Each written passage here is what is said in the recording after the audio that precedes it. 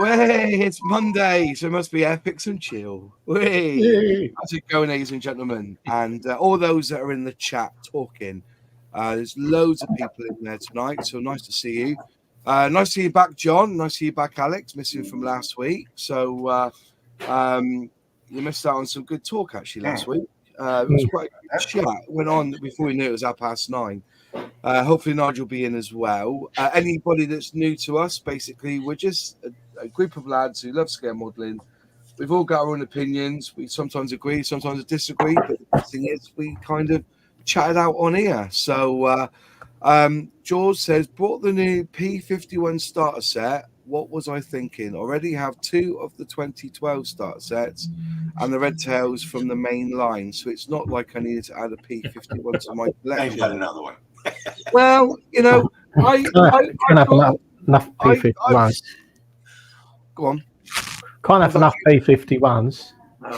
See, I look at it from both ways. You know, it's like I kind of thought, you know, why release another P51D when they've already got a decent one as a 172?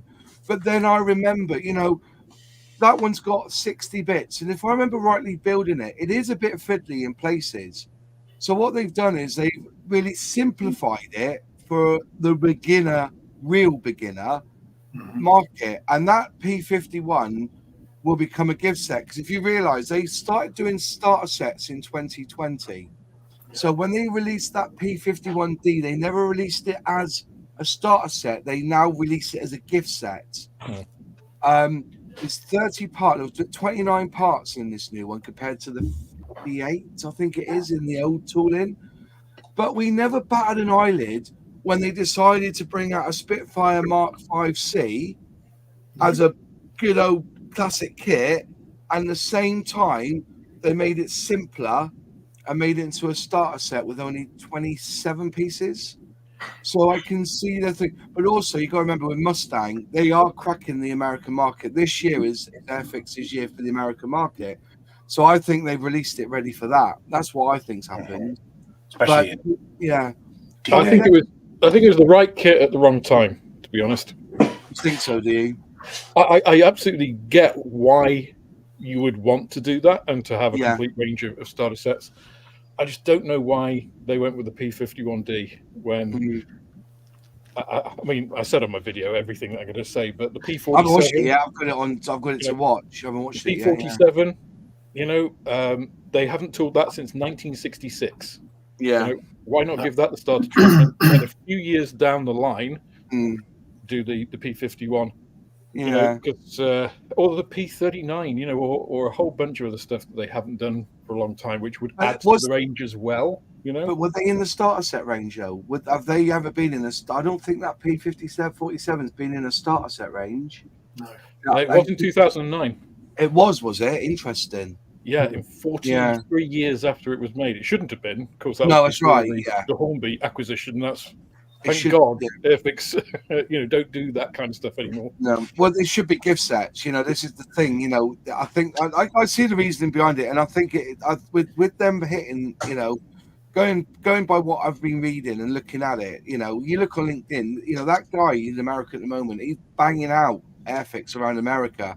So what better to give them their own Spitfire, which is a Mustang, isn't it? Every American will build a Mustang before they build a Spitfire. And as I said, you know, I kind of see the logic in it, making it a simplified kit. When the 2012, the original that P51 was done, 2012. So it's been 13 years. But if they'd done the P47, they could have sold them both. That's a good shout. That is a good shout. Yeah. Well, I see why they've done it, you know, but we didn't. None of us batted an eyelid. We were quite, you know, I wasn't on YouTube then, Moss. Yeah, but no, they brought out the starter set and the classic VF. They call them classic kits, don't they? So, the VF, the Mark 5C was brought out at the same time as that starter set. So, you know, and I think, you know, and that's what they're going to do. They are simplifying kits. I think it's under 30 parts. The only thing I think, Moss, is that because they only have a limited, you know, all companies have a limited amount of money and design people and time. I just wish they'd done something different with that money, because spending that money doing that now means they're not doing, one more kit that they haven't done. I think, right, if you actually look at them both, because I've got one here and I looked at them both, they are the same. The fuselage is the same. The way it's all they've done is simplified the cockpit and simplified basically the undercarriage, haven't they? Because they're just not quite. I mean, they are almost identical, but but I don't think they spend that much time on it and stuff. It doesn't have an instrument panel, the new one. It's molded into both halves of the fuselage. Yeah. It doesn't even have a decal for the instrument. Yeah. But maybe that's what they did. Maybe they didn't spend that much time on it. And they just went, bomb, let's get the tooling out. And maybe it didn't take that much time. I don't know. They introduced some errors. The tail wheel is permanently down. Yeah. I don't really care about all of that bit. It just seems, as a return on investment thing, it just seems an odd thing to do at this time with the existing kit. I wish that we'd had, a refresh on something that we've not seen for 40, 50 years instead. Did they read that 51D? They've also released that as a 51K, which has a separate sprue on it, hasn't it? Is that right? They've done it so it's both a gift set, a Series 1 and a Series 2 kit at the moment. Yeah. With various guises, with various different bits. Yeah. The extra sprue in it for the Series 2, isn't it? They've got a lot of use out of that moulding. Well, yeah, maybe they needed a refresh, so they went down that. I don't know. Looking at it side by side, the fuselages are just the same. He was talking. Might be the 80th anniversary of D-Day, right? Yeah. The P-51D. That was sort of. I think that was the mark that was sort of in place at the time. How many D-Day group builds are going on right now? So that's my 2 cents. Not a D-Day marking set though. Not being funny. Most people don't see that with the P-51D, it was used as an escort fighter. It was for the American bombers. Yeah. So that's why I would have thought the P-47 would have been better for D-Day, because P-47 did a lot of ground attack. It was much more robust, with that big twin ground attack. It was more of the ground attack role. That's why they didn't do it. Did you get my follow-up email about the 51D? There are 4 kits out of 2 moldings. I did. Yes, I thought I'd replied to it, but maybe I didn't. Fair enough. Yeah. So, but yeah, no, I said it's a bit of key. But yeah, I haven't started building it yet, but I'll have a crack at it. But what I'm going to do is I'm going to do it as a bit of an airbrush challenge. I'm going to use it and use the Humbrol paint pots and see if I can spray them. That's the idea for me on that one. Just you masochist. I know, but I thought I'd have a go of it. Anyways, right. So this week I thought about, because somebody emailed me about any tips or tricks, and somebody said, "Is a little hack. Why don't you buy your sanding sticks from Amazon?" And they've got some deals on at the moment for sanding sticks. One, you buy a pack, the 3 of each is 5,000 grit, 7,000 grit. Instead of buying ones, I also bought this because I saw this. I don't know what it is with Amazon, but they sometimes at the bottom they'll say, if you buy this and buy this and buy this, and they give you a combine. Well, I got this with it as well, just for the crack, just to put all my sanding sticks in that I bought this week, and I've got me dynamo labeler and put in the grit 120, 100 grit, 80, 140. Yeah. I think in the middle there I've got. God, Moss, you're set for the next decade. Soon, Moz has got a new business. He's going to do acrylic nails. Acrylic nails, without no paints. Yeah. So, so I've just been going on Amazon. I'll put some links in some point. Buying my sanding sticks, because I know that Flory stopped doing them now, but I think I picked them up if I go to my Amazon orders. I think they were like £8 for about 30 or 40 sticks. I thought that was a bit of a bargain for me. Yeah, that's good. But and at the end of the day, just they haven't got display or anything written on them. I probably could put outlaw on them, I suppose, just for the out Yeah, and flog him to the nail market. But yeah, that's why. And that dispenser was about 12 quid. But that was one of those things. I went on Amazon, I bought them, and it was all people bought these sticks and these sticks together, so I bought the whole lot. So, but anyone else got any tips or tricks or any hacks for scale modelling tonight? That's the idea. Put them in the chat. If anyone here's got anything on the panel, let me know. We'll just speed it up. Barbecue skewers. Yeah. I've got that one from Nigel, actually. Nigel was doing the wheels. Yeah. I've got a canny treat for doing canopy frames, Moss. Go on then. What's that then, John? Use a cocktail stick. Yeah. What was scratching off the paint? Yeah. You use a sanding stick to sharpen the cocktail stick when it gets blunt, because it will get blunt after a while. Yeah. You just scrape it away. It works best with acrylic. Yeah. Oh, fair enough. Nigel's in. And he appears. I mean, I'm probably the wrong person to ask. Yeah. Because I'm a bit of a tool tart, really. Yeah, same here. Never use them as well. So the only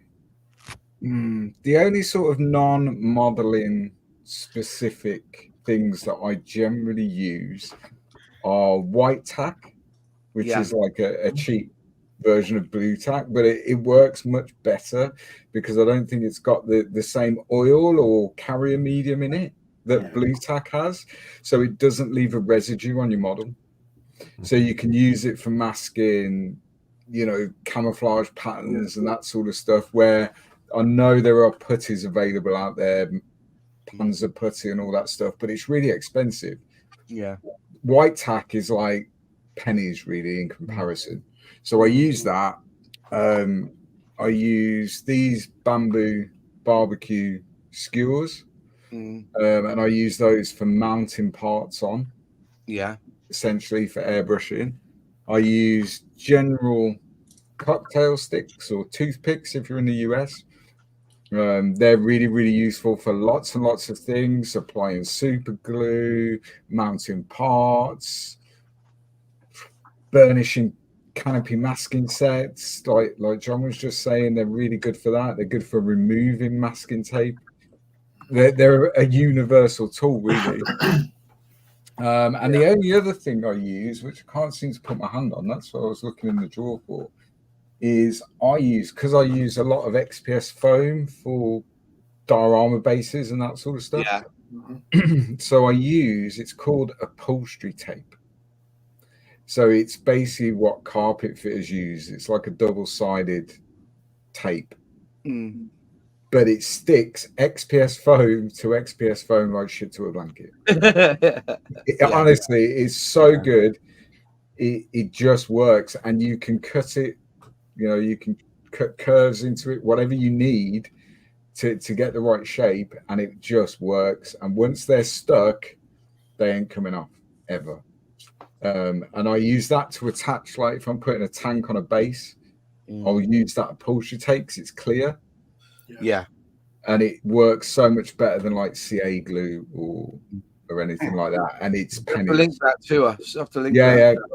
Upholstery tape it's called, and it's just a carpet fitter's double-sided tape, really. That's all it is.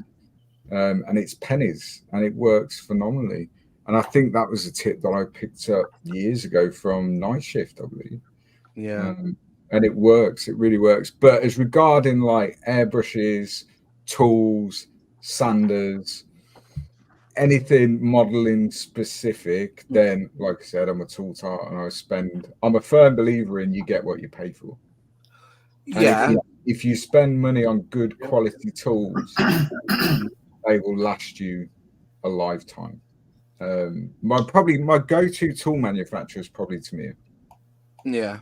I know it's expensive, but I've had like pairs of tweezers and stuff for years and years and years. Whereas when I first started, I'd go cheap on eBay or Amazon or whatever, buy a set of tweezers for like $5, and you get 12 sets of tweezers. They're crap. Things are pinging off all over the place.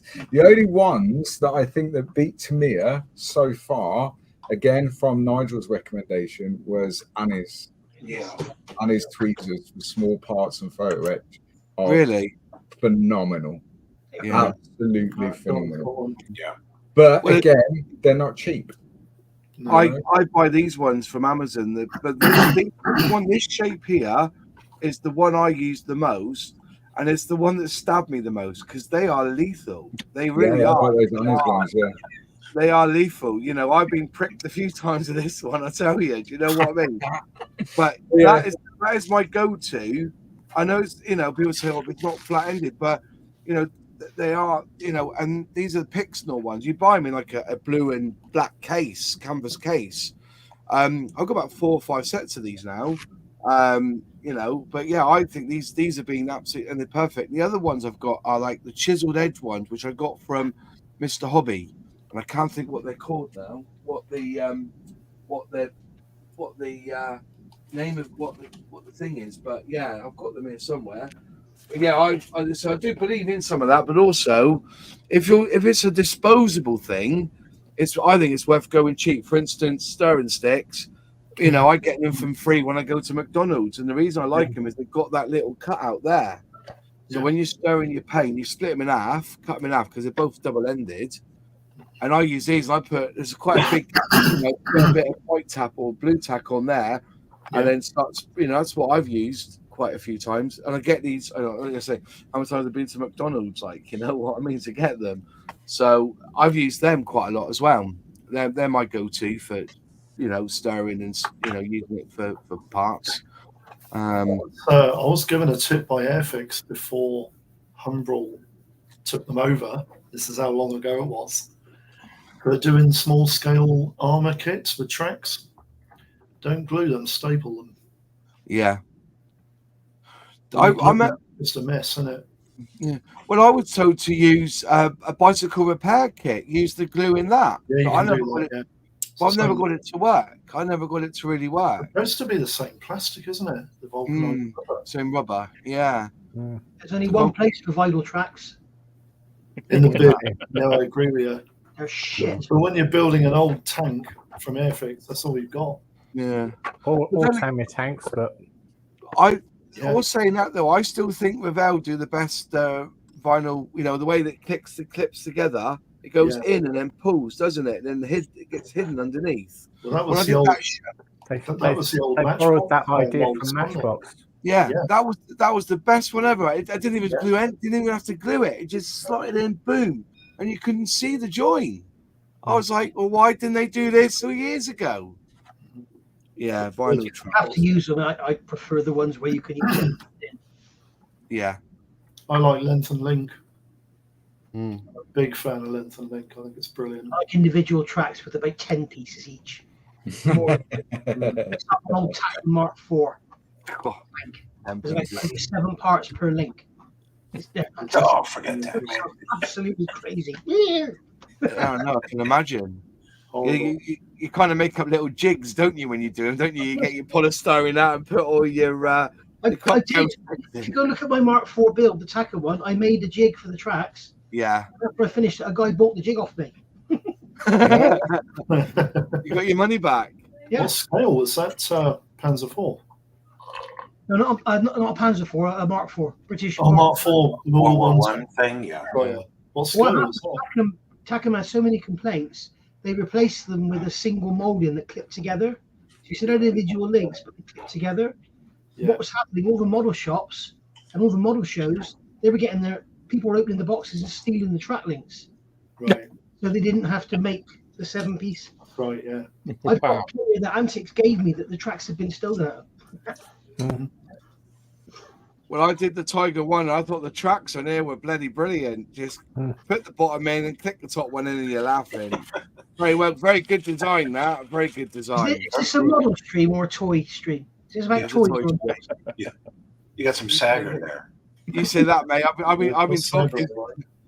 I'll tell you something. Talk about toys. I've been talking to the diecast community this week, and talk about you know, what they do restoring corgi toys and stuff like that is amazing. Some of the stuff they do, but then again, they don't really want to be involved with the build. They just want to get on and paint, clean it up and start Correct. paint again.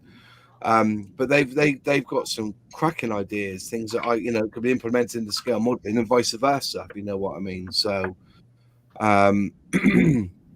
yeah. Any other tips apart from glue? We were talking about this last week.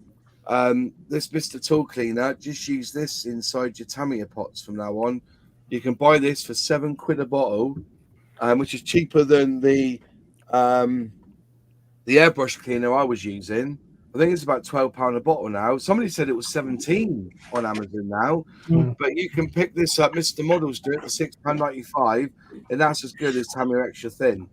So just fill your bottles up with that. It's cheaper. And it's also fantastic for cleaning anything. Yeah, cleaning everything off, yeah.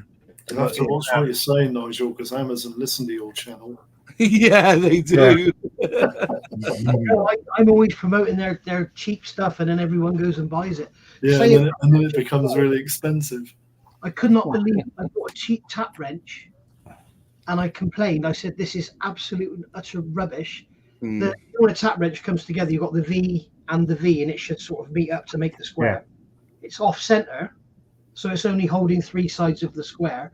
And then when you turn it, the tap's like that. It's not even perpendicular to the handle. So I said, I want a refund. And they replied, you don't need to send it back. We've refunded you. You don't even want it back. It's so shit. Yeah. Quick question, folks. Does anyone run Tamiya Extra Thin over freshly scribe lines? Yes. Yeah, we all do. Yeah. Do it dry, mate. Don't do it. If anybody's watching this who hasn't tried it, don't get it wet. Just dry the brush off and just lightly brush it over. You'll notice when I build, I always brush it over wherever I've sanded seam lines, and that way it gets rid of any sanding any mark. fine bits. Yeah. Any bars. Gets rid of any bars, doesn't it? Yes. Eyeliner application brushes, bought 50 or 100 for a few dollars. Yes, that's a good shout. The other thing is eyeshadow applicators. They're like little plastic things about this big with little sponges at either end. You get them in big bags of about 100 or so, then they're a few pounds. They're fantastic if you've got like delicate parts that you want to, if you've done panel lining or whatever, you want to remove the excess after it's dry. If you've got delicate parts that a cotton bud is too rough for, they're fantastic. Like off figures and stuff like that. Anywhere that's soft. I used to use these two shaving brushes for dusting moles. Yeah. They were quite good. The brushy ones are good for that. Oh, and James, are you boys showing us, James? Posca pens. Posca pens, yeah. I'll tell you what, Hobbycraft sell them, and they're dear, man. They've rocketed in price, but their chrome is I reckon is as good as the Motolov stuff. Right away, move. So, move. Down, Jess. Down, Jess. Oh, she's getting really moody lately. I'm surprised with all that lacquer paint. Yes. Sorry? Surprised with all that lacquer paint. You can get this. I bought this. This is the refill. Chrome. Yeah. So you don't have to buy the pen. Yeah. So how do you take the nozzle off at the end and then just pour it into the back of the pen? Just pour it into your airbrush. Into your pen. How quick is that to dry though? Because it's enamel, isn't it? It doesn't dry very quick. I'm not a big fan of it, if I'm honest. Yeah. It doesn't dry very quick, and it's not very durable. It cracks, does it? No, it's very. You just got to touch it, and it marks even when it's dry. Right. It's Okay. Yeah, that Spitfire I did with the some cheaper versions. That's still not dry, and that's about Still not dry. Old. That's been wow. Well, it's dry, but if you touch, like Nigel says, if you touch it, it just burnishes and marks, and it looks good as long as you don't touch it. I've got decals on mine. You put decals on, did you? Yeah. How was the decal fit? That's all right. I'll go in. What somebody said that white vinegar, 20% white vinegar, 80% distilled water is microset. Yeah, microset is it? Yeah. Right. What about microsol then? Did they add something else at microsol? Or was it just a Microsol is a dilute solvent. Is it? Yeah. So it just softens the structure of the decal. Right. So Okay. that allows it to pull in. So you're saying that like Tamiya extra thin? Somebody said it's basically Tamiya extra thin, but really not that strong. Not that strong. Okay. No, it's not that strong. You can use extra thin on decals. Yeah. But you can. Flory did it once, didn't he? Flory did it on that. Wasn't he doing? What was that helicopter that Rob Schneider used to? What's it called? The helicopter. Sorry, no. Blue Thunder. Blue Thunder. And the decals were utterly shite on that kit. And he was putting Tamiya down to get them to conform to the thing. So on a Bandai kit, I tried extra thin. In the end, I was using Mr. Leveling thinners to make it. Yeah, I've done both extra thin and MLT, particularly on Academy decals. Really? You just very thin amount, very tiny amounts. Tiny amounts. Well, the secret is you've got to put it on and then not touch it. Don't touch it because it basically turns the decal into paint. Or if you haven't got any decal softener, X20A. Well, underneath the decal or on top? On top of the decal, just leave it. Right. I'm not so sure about this myth. I reckon it's a myth about this white vinegar and water. It's not. Why are they all? It's acetic acid. That's all it is. Why are they all different strengths, and why do they all smell different? Why are what all different strengths? All the micro sets, the setting solutions. Yeah, like Mark Setter, the Tamiya Setter. The Tamiya one's really heavy. Oh, right. If you're looking at different manufacturers, of course they're going to be different. And Microset. Yeah. That doesn't make. I mean, if you look at so 90%, I'll say 90% rather than all of them, of polystyrene cements, like liquid cements, are the same. Right. Oh, so what you're saying is microset is vinegar and water. Yeah. Mr. Hobby, Mr. Softer Neo, that's not the same thing. Is that what you're saying? Yeah. It'll be whatever their formulation is. And they were all vinegar and water. No. I mean, I don't know. I haven't seen their SDSs, but they'll be similar. Yeah, they will do a similar thing. Yeah. I mean, it's basically an extreme at pH, which activates the glue, really. So it's not rocket science, and it's because the decal fix, the MIG ammo, that smells nothing like it. No. And, I've also got one here called Decal Fix. That's the Humbro version, isn't it? No, this is no. You see, Decal Fix is the opposite. That's a high pH. That's like an ammonia containing compound.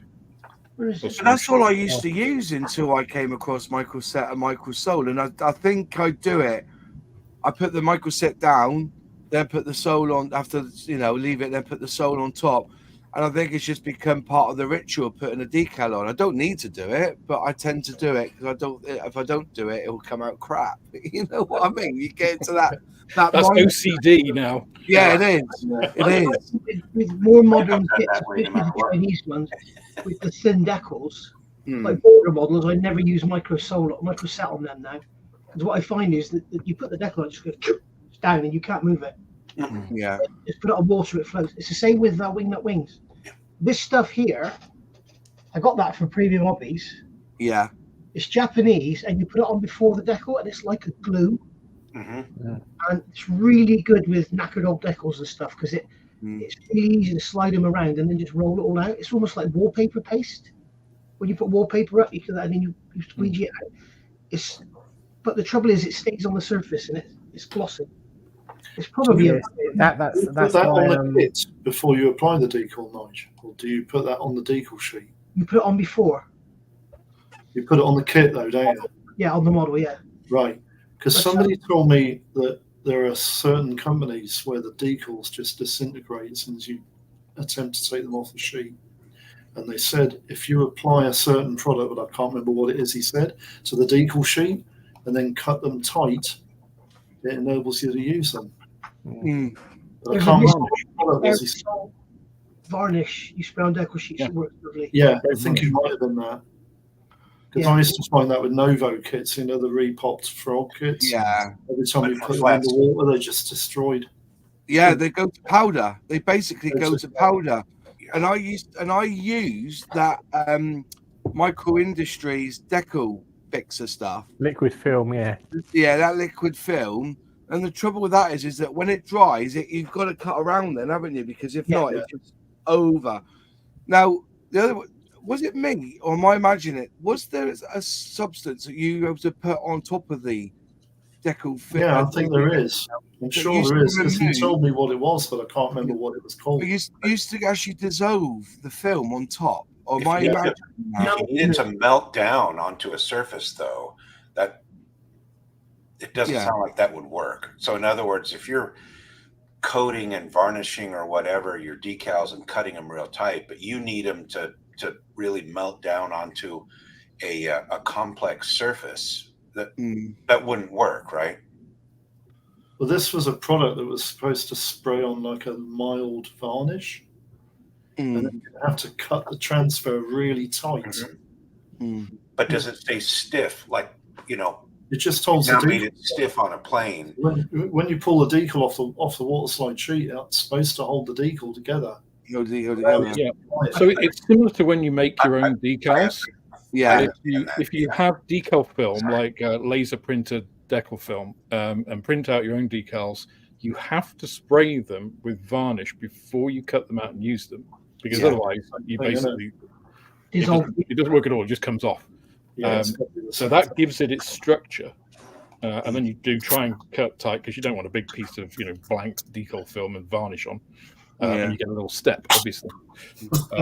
So I wasn't. So going back to my thing, I wasn't imagining it that there used to be a solution that would dissolve the film. When the decal had gone down, you would put the stuff on it, would dissolve the film. But you have to be very, very careful. Do tests first, because I've done a video on it. What's it called? Enamel thinners. Enamel thinners? Yeah. Right.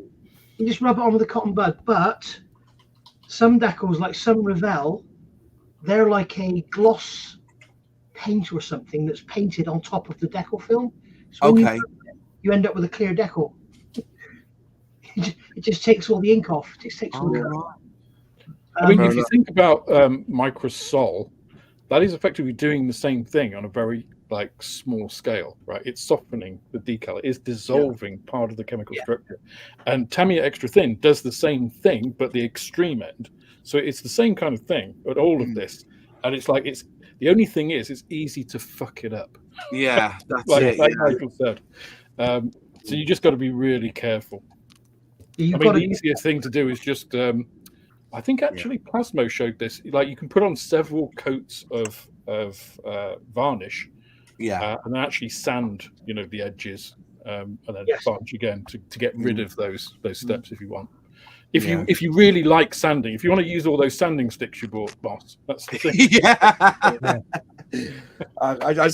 It's like when the other night I got it out and I was playing with it like this thing here, and I was doing this. Can I have the knife? You know what I mean, bro? Come, was it Golden Child? You're opening a beauty salon or something, Moss. What's that? Sorry? Are you opening a beauty salon or something? No, it just. We were talking about Amazon. Somebody sent me a link to some cheap sanding sticks, and at the bottom it said, "Well, the person who bought these bought this and then bought this," and I thought, yeah. So I got it, and I could just. I've labelled them up with my own. I love this thing here. I label everything with my Dynamo labeler. I love it. I'm a proper nerd when it comes to my Dynamo labeler, and I just put them all in here, and they're brilliant. It's a good little thing, but it was. He's going to do nails and growls before the end of the year. It's like another one of these things here. These little screw drills. Aldi, £2.99 from Aldi. That's right. They're shit, Moss. I don't think they are. I've used them quite a bit. I like just snap though. They've got far too coarse a helix on. They're like self-tuppers. They're screwing themselves in and they just snap off. Yeah, I've not had that. Yeah. I've gone through. Hundreds of them. I always have a look around Lidl and Aldi just see if there's any tools you could use. Yeah. There's always They're something. not very nice when you drill those into your finger. Oh no. As I said, with the grip on them and everything, I just find them quite easy. Just go, I always go one turn, half a turn back, one turn, half a turn. That's what I'm doing, and it goes straight in lovely. I thought they were really good. I was, but they were £2.99. But yeah, there's something about it. It's like Asda years ago. You'd go in for a pint of milk and come out with a new DVD player, wouldn't you? Yeah. I remember years ago, Tesco and Aldi had this great big. You go in we're actually coming out with a CD player. You've got no CDs, but it was $5.99. You know what I mean? The worst I ever did was I went shopping with my son to get a new duvet from Argos. Yeah. And we came back with like a 42-inch TV. Yeah. Oscar was in the car and he was just like, "How are we going to explain this, Dad?" And I was just like, "Watch and learn." These skills later in life. Do you remember that advert that went out there? Aldi had this advert, no word of a lie. It was an advert, and they had a range of food, and they cost priced it to Tesco, and it worked out about £13 different in price, right? But actually, what they had done was they had a pack of, I think it was DVD, CD, those blank DVD. CDRs. Yeah, the blank DVD discs, right? Yeah. And basically, Tesco's was £12, but Aldi that week or Lidl that week were doing it for £2.99. So there's already a £10 saving just on those DVDs, those blank DVDs. Play to your strengths. But it caught you out, Yeah. I have actually seen a special offer in Asda, and I think it was a small jar of coffee, and there's a yellow label on there, and it said £2.50 or 2 for £5. Yeah. But that was like when you used to go shopping with the missus. She'll go round she goes, "Oh, Branston pickle, 2 for £2." I'll have one of them. We're going around. She was picking up all these offers. Next thing I saw, pedigree chum, 2 for £2.50. So I put them in the trolley because they're on offer. We haven't got a dog, but because they're on offer, you're going to buy them anyway. Oh dear. The worst thing with supermarkets is, like I always said to Oscar, it's just like when we went shopping, it's just like, Dad, why are you buying those 2 small ones? They do a big one, and it's just like, yeah, but look at the price per liter or whatever. It's just like, the big ones used to be the cost-saving thing, but then they realized everybody was buying the big one, so then they swapped it, and it's more expensive to buy the big pack than it is to buy 2 small ones. It's just like, they catch you out.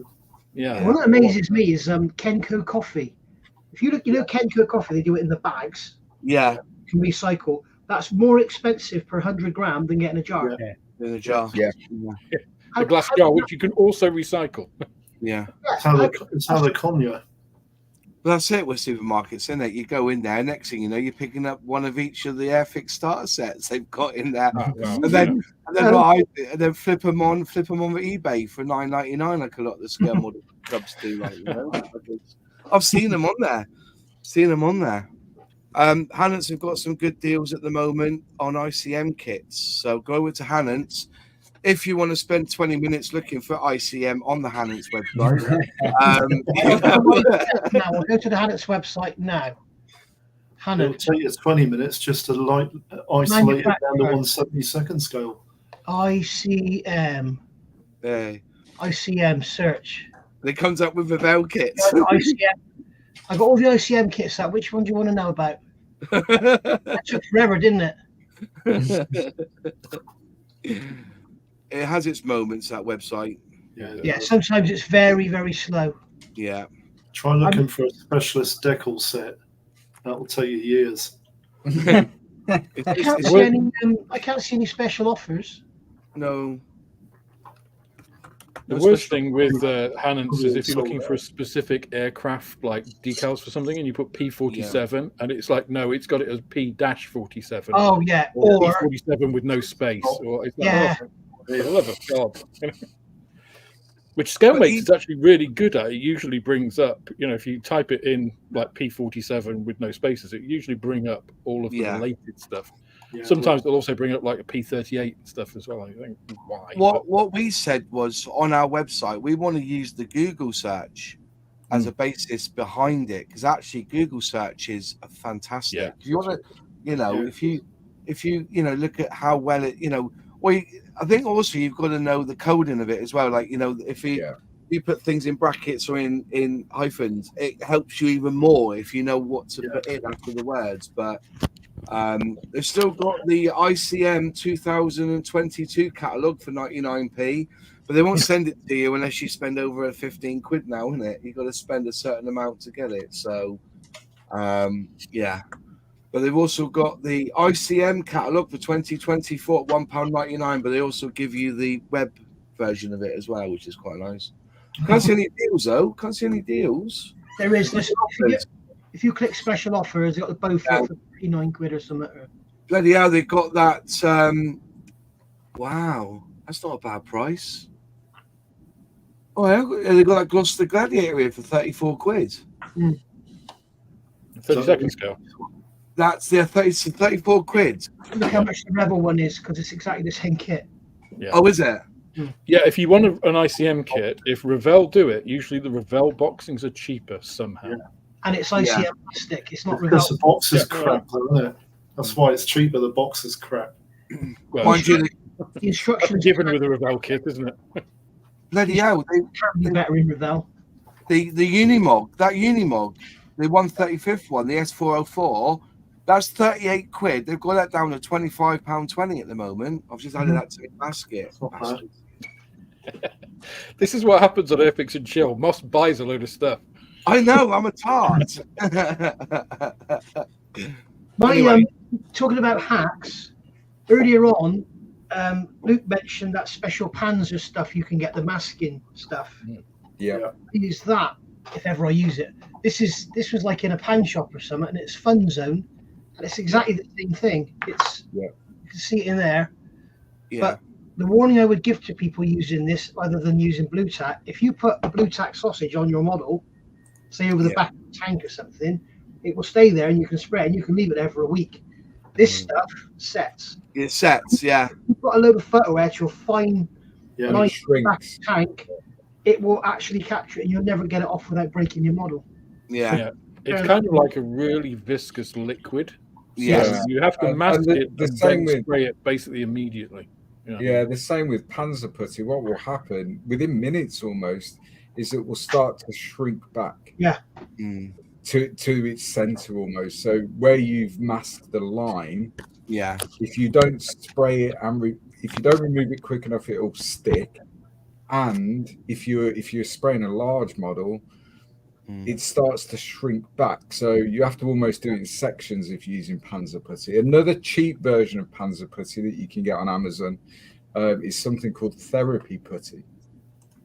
So what that is, if people have had hand injuries or hand surgery and they need to get that mobility and strength back, so you can buy this therapy putty, it's called, and it comes in 3 different strengths. And the idea being that people can just use it to regain the mobility or strength in their joint. But actually, sell that stuff as a kid's toy. They did. Yeah, it's exactly the same. I've seen it inside a boob. You know what I mean? The stress boob, innit? You know what I mean? I got this one. Oh, the kid. Yeah, it's exactly what it is. It's just the internal structure that allows it to be malleable, and that's all it is. And that very, very similar to Panzer putty, nowhere near the cost. You've got a comment on the screen at the moment from Julian Hall. Can I have a go at answering that? Yeah, go on, mate. Because I'll say the majority of glues that you use to adhere clear parts to models have a period of time where they go off. That means the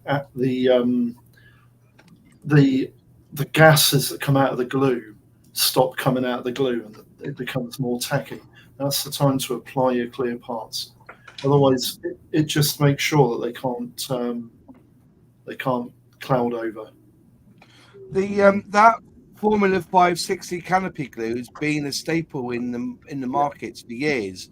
I've got the older version of that but I've had it for years. But you know what? There's been times when I've just got a bit of Tamiya extra thin and just very, very carefully, just little dab and let the capillary action take it round. Yeah, but even with that stuff, if you let it go off 5 or 6 seconds, it doesn't take very long because the fumes go and then it becomes tacky. The clear part. That's a really good suggestion. I'm going to try that, John. Yeah, I'll try that, John. Yeah. Even if you use the old tubes, the old tube cement, that takes about 20 seconds to go off. But you won't get any clouding off clear parts with that if you give it time. Or Tamiya extra thin, that's what I use. The same, extra thin. Yeah. Any of the glue products, they have a period of time where they'll go tacky. Yeah. I hold the clear part in and wick it around. Yeah.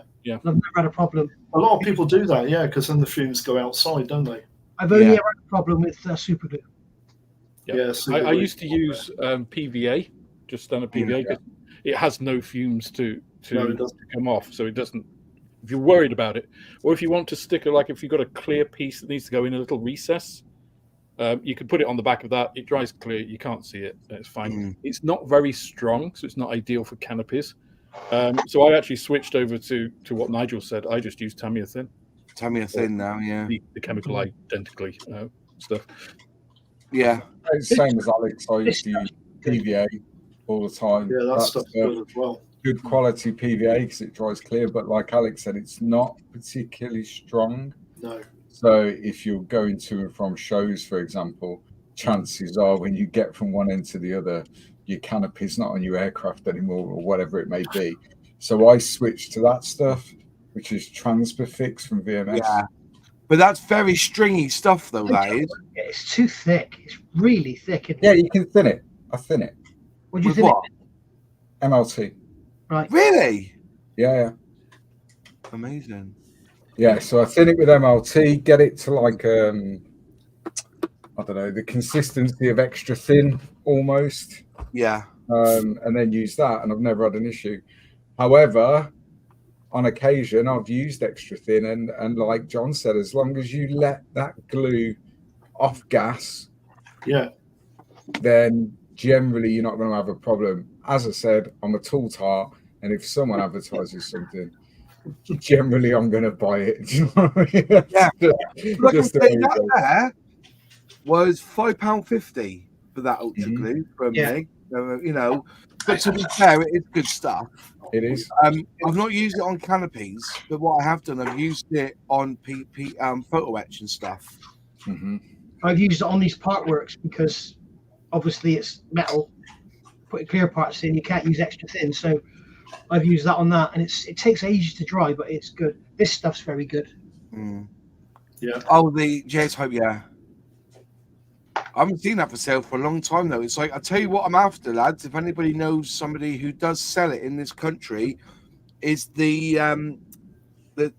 line, the stretchy line. What's it called? Easy line. Easy line. Yeah, you can get Infinity do one.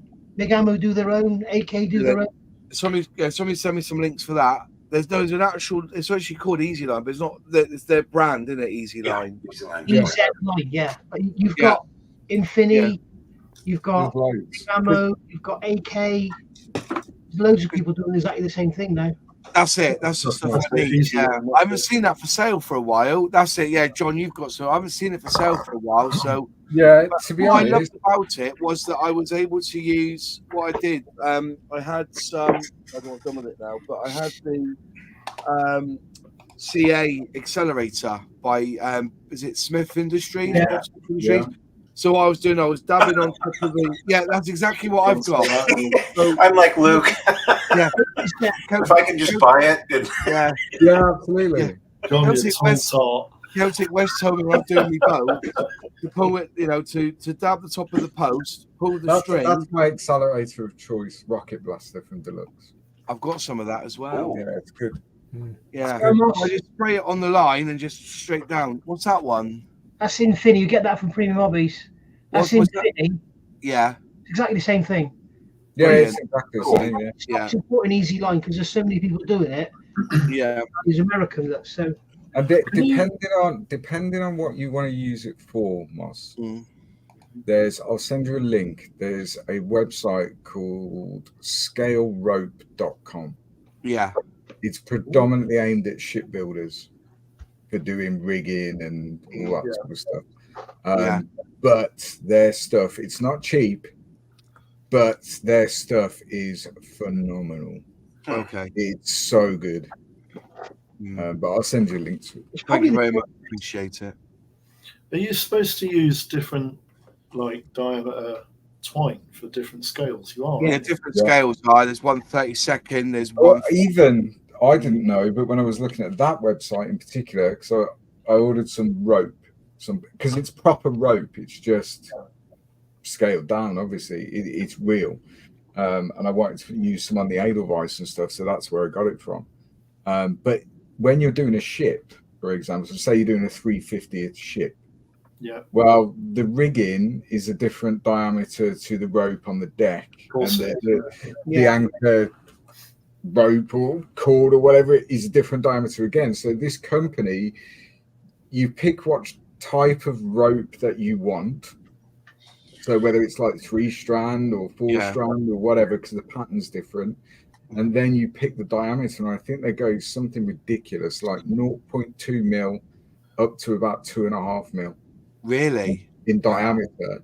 And then they sell it in 5-meter lengths. Oh, fair play. So you get one length, it'll last you years and years and years, but it's not cheap. It's not cheap. But again, it's that old thing, I believe you get what you pay for. Yeah. This one here, Moss, 1/22 is 0.055, so that's 2 thou. Yeah. 1/48 is 0.082, so that's 3 thou, 3.5 thou. And the 1/32 scale is 0.135, which is 5.5 thou. Fair enough. Very, very fine stuff. It is, yeah. It's got that stretch to it as well, hasn't it? So you can. Yeah, but be careful. I've done it myself. You see people pull it, and if it's like an aircraft, and you've got like into the antenna, that constant tension over the years break it off. Yeah. Right. So anyway, there's some tips and tricks for you all. I wasn't going to discuss this tonight, but we've had, some of us who are IPMS members have received their annual general meeting pack, and I'm a sad sack. I've have you got mine yet? You're not a member though, are you? Yeah, I remember. Are you? I join every year at IPMS Scale Model World. Well, the date on it's the 14th of April, and I think I got mine yesterday. So, right. But I was really interested. We were talking about it before. We said we'll talk about it tonight, actually. It basically gives you a clear rundown of the incomes and expenditure of the IPMS. And we were talking about that. I was actually quite surprised, actually, that the turnover for 2023, 2022 was £92,124, and then this year for 2023, it's £102,733. Is that worldwide? UK. Yeah. So I'm assuming that's in pounds. I think they got the magazine adverts. If you want to advertise in that magazine, they only made £1,675 on adverts. So it must be a cheap place to put an advert in, to be honest. So if you want to advertise your thing, so I might be giving them a ring to put Outlaw Paints in there. You know what I mean? But anyways, that's by and by. But it was a Scale Model World that got me the price. So trader income and sponsorship was £73,000. Public ticket sales, they made £40,000 on the door, or £40,108 on the door, and other bits and pieces. They made £74 on competition sponsorship. That's probably Airfix sponsoring the Airfix builder the show. You'll give them a trophy and 74 quid, I don't know, but it was the expenditure as well. So the expenditure, the venue hire and security was £77,276. Miscellaneous £6,000. Hotel accommodation for volunteers and EC. I don't know who EC is. Executive committee was £5,867. Probably 2 rooms. I didn't know we were there. Yeah.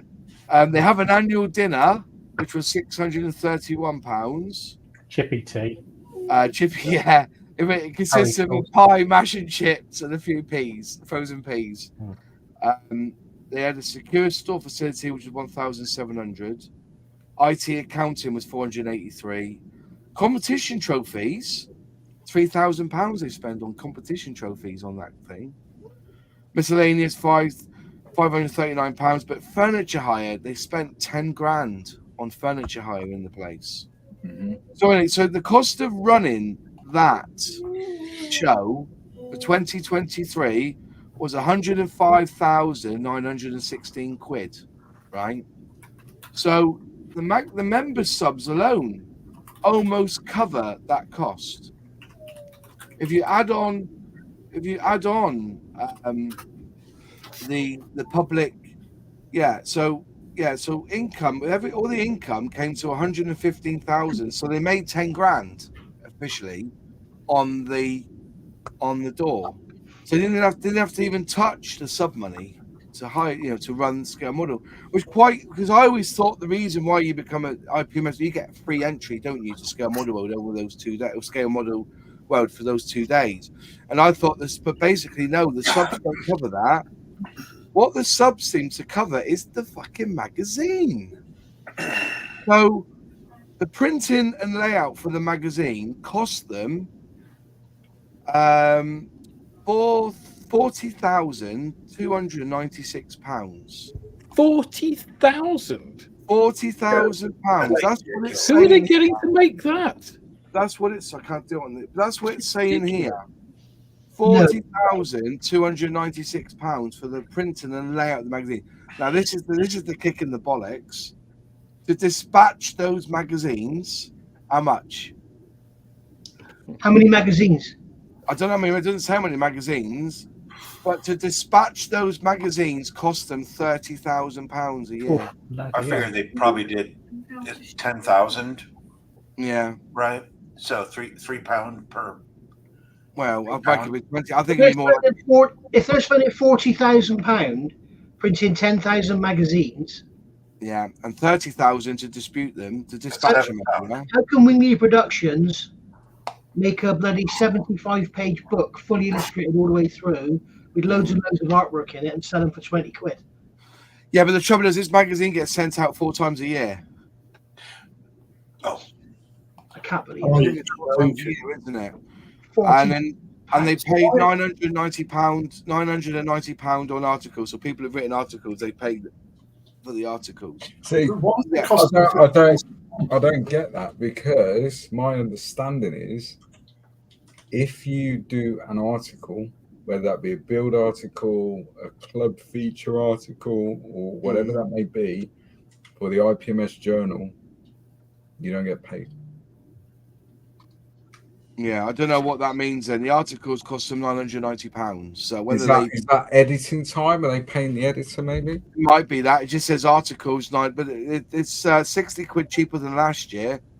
But £71,000 it costs them a year for that magazine to come out 4 times a year. Holy smokes. Yeah, that's ludicrous.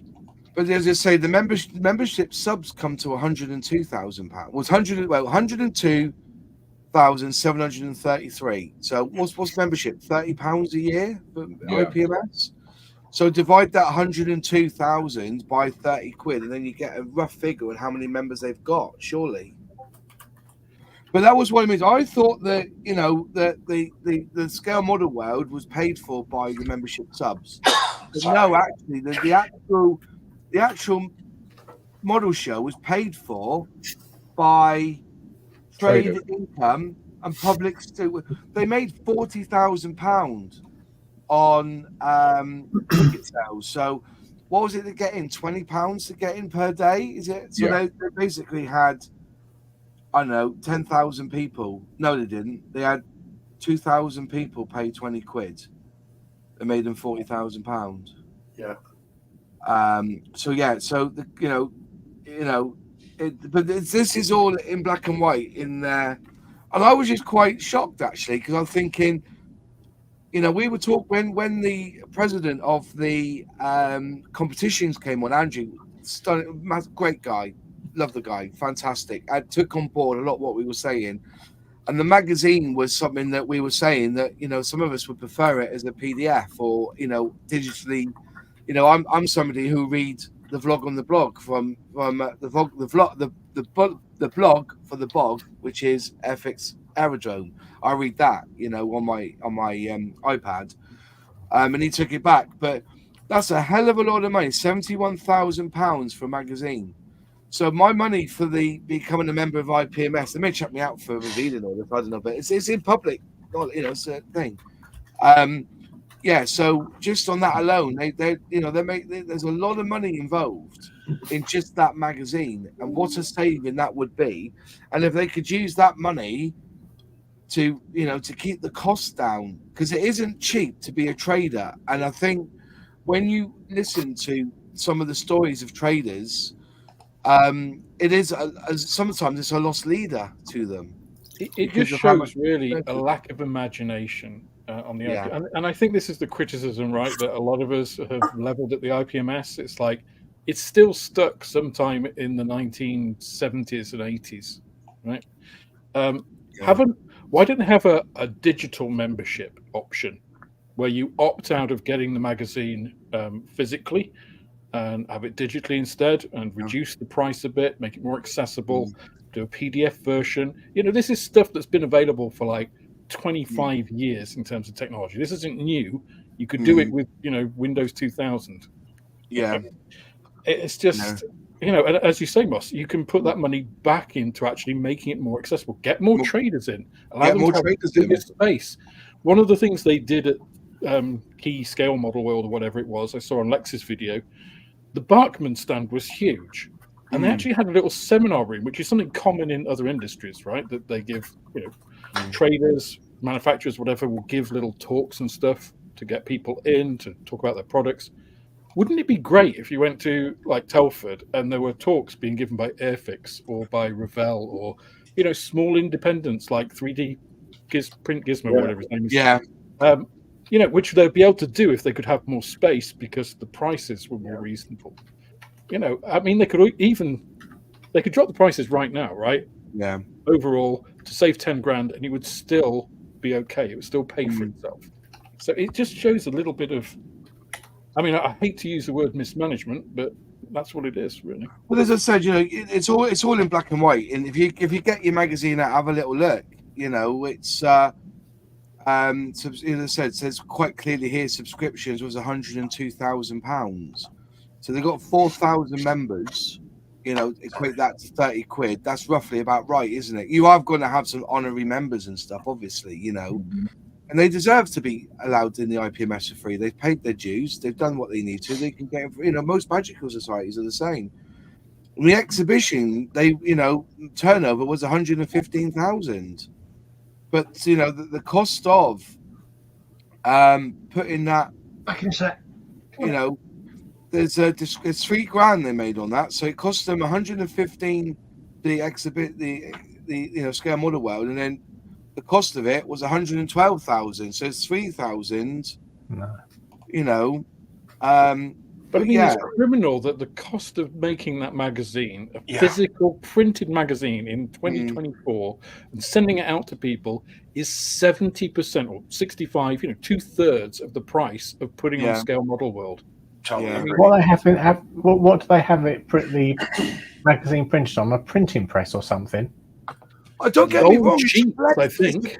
No, inks, the paper. I'm going to put my hand up and say, actually, their magazine is very, very good. I get it. I enjoy it. I read it. You know, maybe, you know, but I like it. You can read it online, right? Yeah. It's just yeah. I don't know what I've done with mine. Here it is. How many more members anywhere we want. And how many, you know, how they talk about wanting a younger readership and a younger membership. How many more people would join the IPMS if it was £10 online? Yeah. And they had a Discord group, and they, you know, it's just a failure of imagination, you know. Think like a 21st century individual and not like somebody, you know, not like a boomer.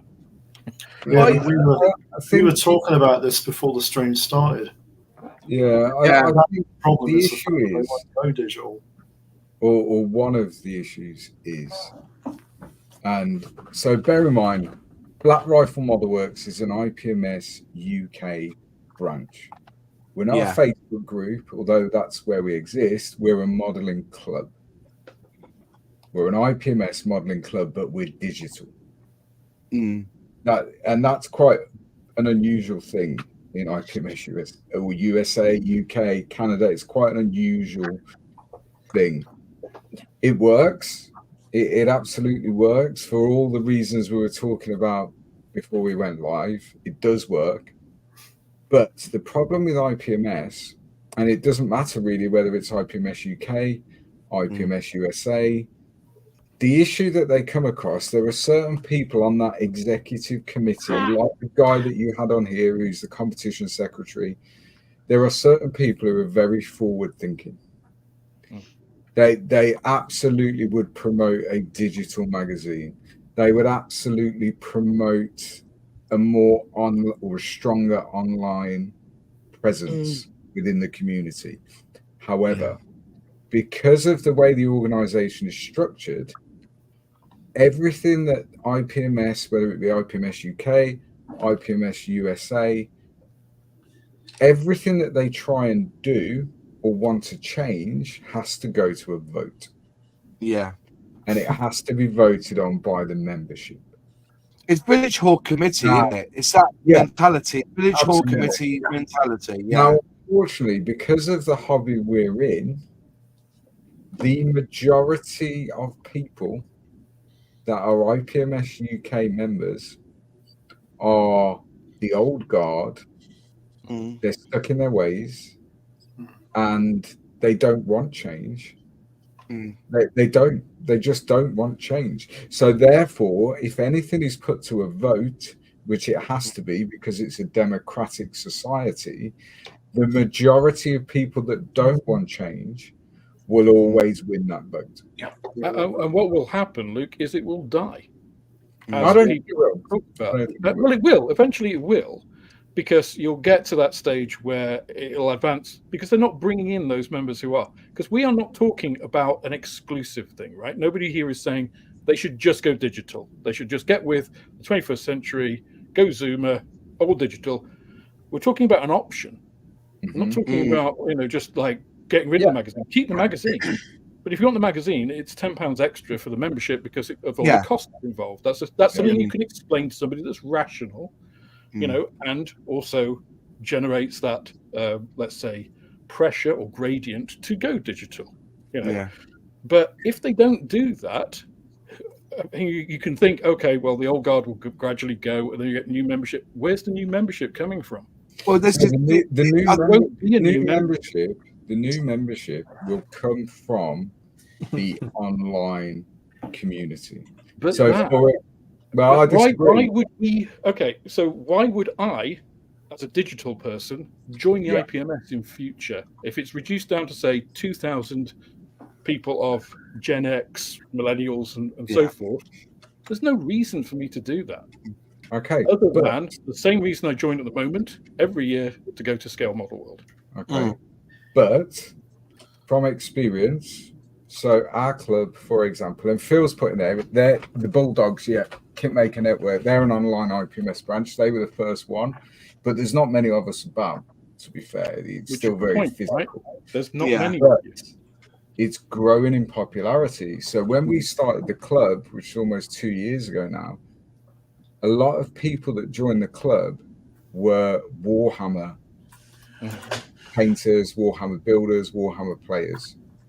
They'd never seen a scale model kit as we know it. They'd never seen it. They didn't know who the manufacturers were, etc., etc.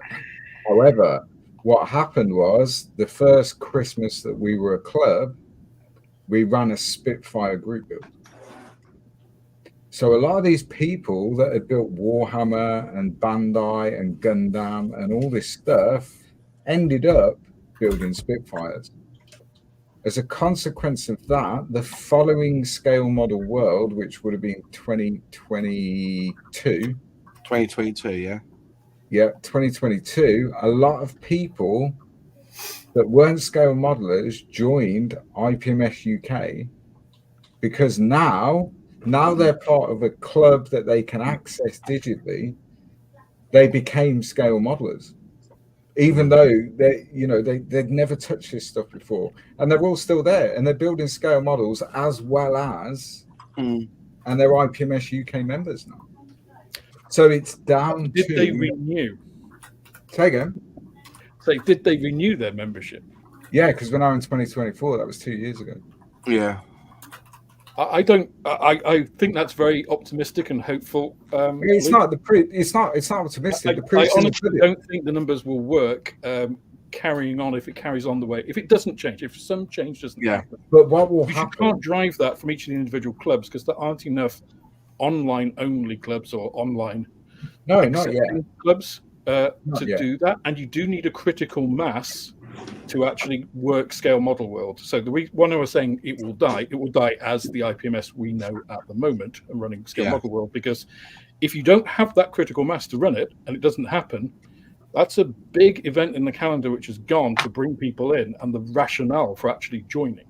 Why would you not just join a local digital club like we have here? For instance, I think of this as my digital club. Airfix and Chill for me fulfills the same purpose as me going to a model club back in the 90s. Fair play. Yeah. You don't need IPMS for that. And if I have to pay 20 or 30 quid to go to a show, which I do anyway for an IPMS because I only joined to go to the show, so be it. But if you want a display as a club, for 1 year, no, you don't get. I didn't bother again. But if you want to display as a club, so if you treat Airfix and how many of these new modelers are going to want to do that? I think you'd be surprised. I think I would be surprised. Honestly, I would, Luke, because it's not one I see anywhere else. Okay. I think you are. I had a conversation of advancement. I had a conversation with Sully because obviously Sully has a YouTube channel. He wants to display his stuff at Scale Model World. However, at the moment, because of the way Scale Model World is structured, unless you're a trader, which there's a cost involved with that, it becomes expensive, or you're a club, you cannot display your work at Scale Model World. You can't. No. However, what Sully can do is he can display his work on our club table because he's a member of our club. Yeah. Same as Nigel could, same as Moss could, same as any member can display their work. So therefore, that desire for people who exist in an online space to display their work still exists. Yeah. However, but Luke, the one counter word I would put is we are not the future of the hobby. No, absolutely. And that's why if you look at the demographic of our club, there's lots and lots of younger members that have joined IPMS as a result.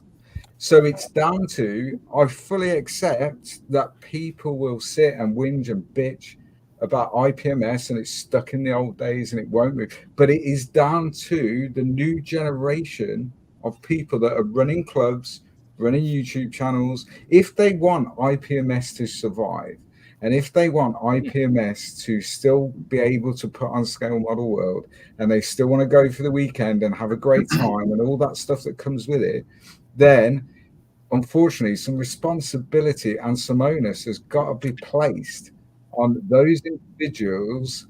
And I'm not having a go at you, Alex, it's not a personal thing. Those individuals that sit online and whinge and bitch all the time, and they've got a bit of a following or whatever, it's down to those individuals. If you want to change IPMS and you want it to be more progressive, and if you want things to progress and get better, then do something about it. It's like people in society that whinge and bitch about potholes in the road, and then when there's a by-election, they say, I don't vote, I'm not political. Well, stop whinging and bitching about the potholes then, because everything's political. It is what it is. I'm not saying that Black Rifle Model Works as an you get what you pay. You get what you vote for. That's what we say here in the States. It's not. The difference here is, Alec, in this country, you don't get what you vote for. You just get a little shit. I don't think using politics as a simile is great. But we're not going to change. You don't have a choice to change the world. But if there was 50 clubs like us that existed online, I think Luke's right. More of a say in IPMS, and anyone can run for the executive committee. Yeah. A lot of the time, people stay in those posts because they're not challenged. No one runs for it. I completely get why people don't run for it, right? Yeah. But then don't sit there and whinge and bitch. Well, I disagree, because it's like if you're in an environment where that is the norm, where you are faced with 60, 70-year-old people who all have the same mindset, who are all stuck in that thing, to go onto that is very intimidating. You have to be a certain type. I mean, I would in a second, right? Because I'm a sort of bolshy bastard, and I'll go up and I'll fight for that. Yeah. They would never have me, right? But you don't know unless you try. Well, okay, I'll give you a 10 grand bet, Luke. If I get on the... I don't have 10 grand notes. I can't. No, neither do I. So let's do it theoretically. Yeah. But can I just want, they have to acknowledge, right? If they want not changing the IPMS, if they want the IPMS to be maintained, they have to face the reality of what you've just said. It has to have, and it does have to come from members, from clubs. I'm not part of an IPMS club because there just isn't one near me. But it has to come from the clubs. It has to come from inside to tell the executive committee to change its ways to be able to do that. Because otherwise, they should realize that it's the survival of their club that is at risk, right? Yeah, absolutely. But like I said right at the start, the problem at the moment is a lot of the membership, the majority of the membership, are, I don't think fearful is the right term, but they're a little bit intimidated by the digital world, and by the digital world creeping into the hobby. And no one, whether it's someone watching, someone sat here, no one can deny that the digital world is here to stay. It absolutely is. And the hobby, I think, is a better place for it. Definitely. 100%. Yeah, I agree with you. Definitely. However, the majority of IPMS membership, for whatever reason, either don't see that because they don't engage with it, or they don't want to see it because that means some quite significant and quite fundamental changes to the way they do business. So until that happens, and we might have to wait 15, 20 years for that to happen. For example, when the competition secretary was on here, for years and years and years, as someone who takes part in competitions, the old adage was, well, if it's an IPMS competition, if you're not building a Spitfire or a Tiger tank, you're never going to place. However, last year at Scale Model World, a sci-fi scratch-built model won Best in Show. Yeah. So that progression is there. They've embraced the Warhammer models. They've embraced Gundam. That's becoming more of a thing. I won gold at Telford with a Warhammer kit. 5 years ago, that would never have happened. No. It just wouldn't. So I'm going to jump in a minute, if that's all right. It was only about 3 or 4 years ago.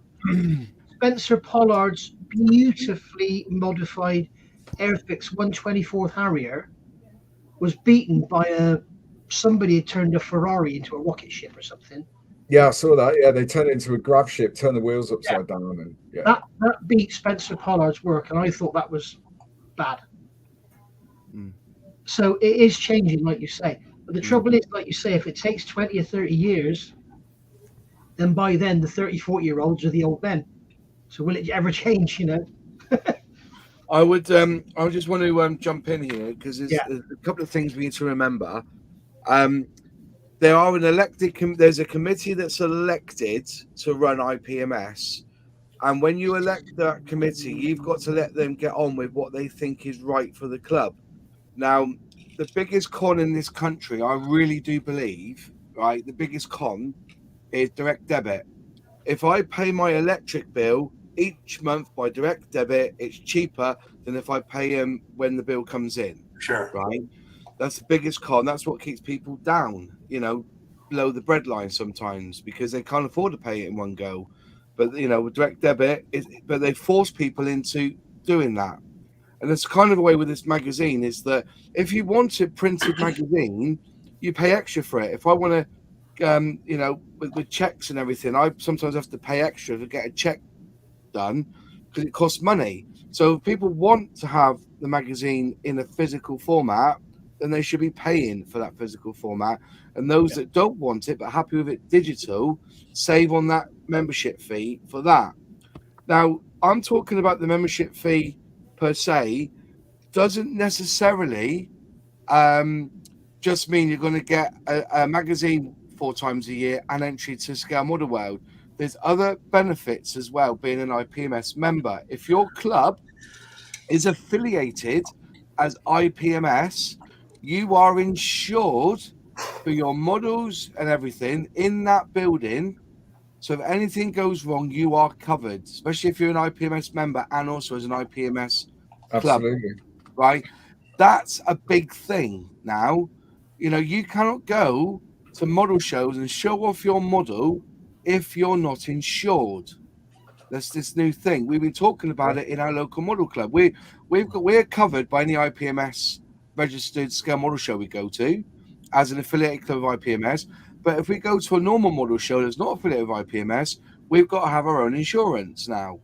Yeah. But we're still covered by IPMS because they cover us. They cover the members.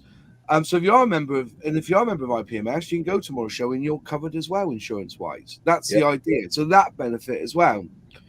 But something they have done digitally, which I completely and utterly disagree with, and I was really annoyed about, was at Telford this year. They said you couldn't buy a ticket on the door; you had to prepay online.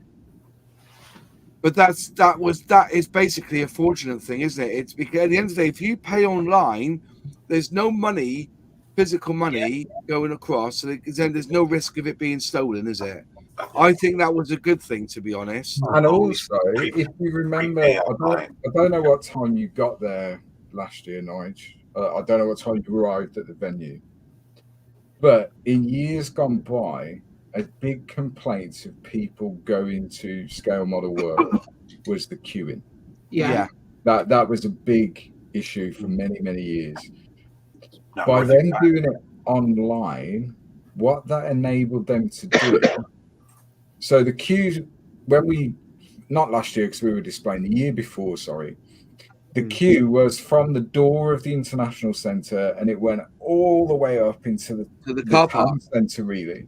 Yeah. Right past the car park, all the way up to almost by where the Premier Inn is, right in Telford Town Centre, that pedestrianised bit.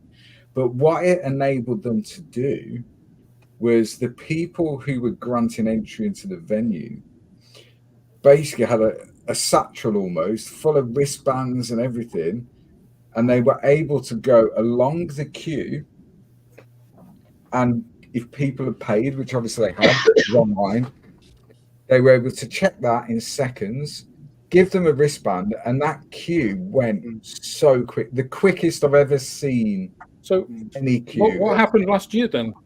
That didn't happen this year. I don't know, mate. I can't comment because I was displaying last year, so we didn't queue. The queue this last time, I think people actually were saying in the queue, it actually went up where you said, it came back around and then back up again. It was appalling. And these were all, this was the 9 o'clock prepaid entry IPMS members. This wasn't. I think one of the issues at that venue, that we experienced last year as a club, is there's 2 organisations in control of access and egress from that venue. One is IPMS volunteers. The other one is the security for the centre itself. Yeah. And quite often the two don't really talk. So, I mean, I fell out with one of the security guards in the car park, but that's another story. They have different bosses. Yeah. But we want to hear that story, Luke. The problem is that you've got the centre security, who are fair play to them. They're doing their job. They're trying to keep that venue secure, and it's a big venue. The car parks are full. They're trying to keep it secure and fire regs and all that stuff. However, maybe they haven't got an understanding of, for a club or a trader, how delicate some of this stuff is. We can't just throw it in boxes, throw it on a pallet truck, and take it out of the venue. There's a time constraint on moving this stuff around. And the IPMS guys get it. They do. And they do their best, but they're quite often stamped on by the venue security, who I guess have overall, don't want to make it sound grander than it is, but they have overall jurisdiction over that venue. So it's quite often it's problematic. And I can only imagine that maybe if the queue was, up the road last year, I didn't see that because we were coming in the other side of the venue. I can only imagine that's happened on previous years. IPMS are absolutely ready to go, but venue security won't open the door for whatever reason. And then all of a sudden you get this. The doors opened on time. It was the IPMS.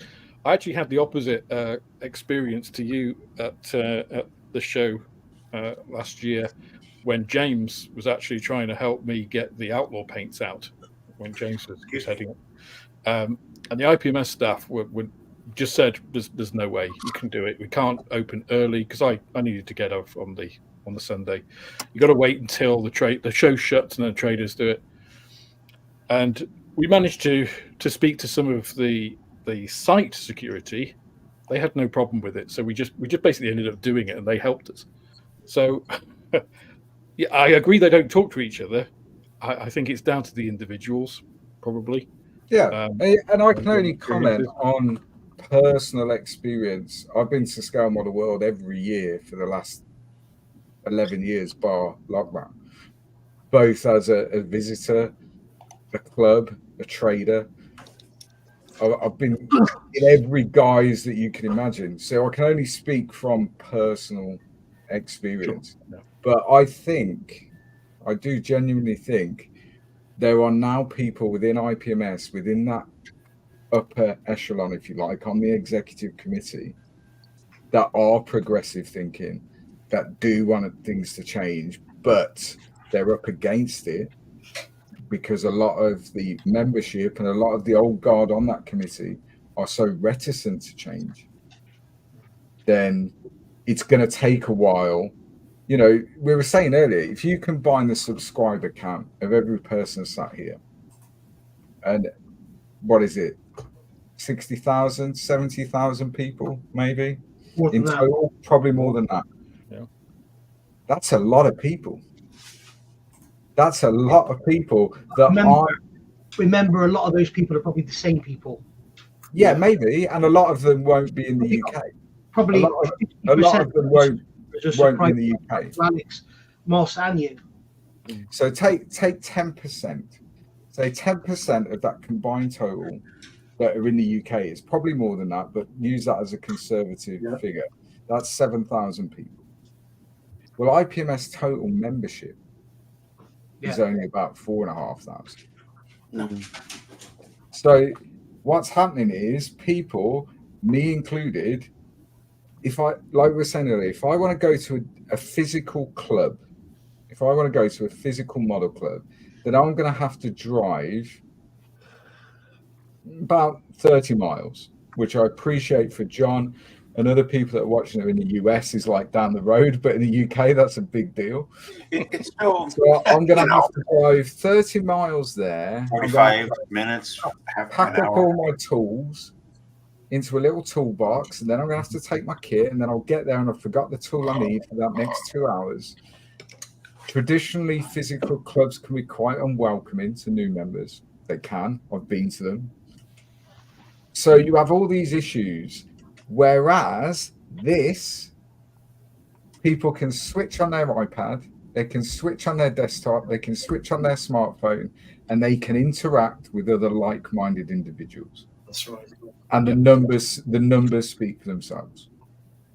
Yeah. So until IPMS UK, IPMS USA, IPMS Canada, until these organizations kind of wake up and realize that, you know what, we live in a digital world now. People don't see their family from 1 year to the next, but they'll Skype them 2 or 3 times a week. Yeah. You know, that's just the world we live in, and it's migrated across into the hobby. So therefore, unless we take ownership of it and we promote it and we don't bash IPMS, we try, and in the best way that we're able to.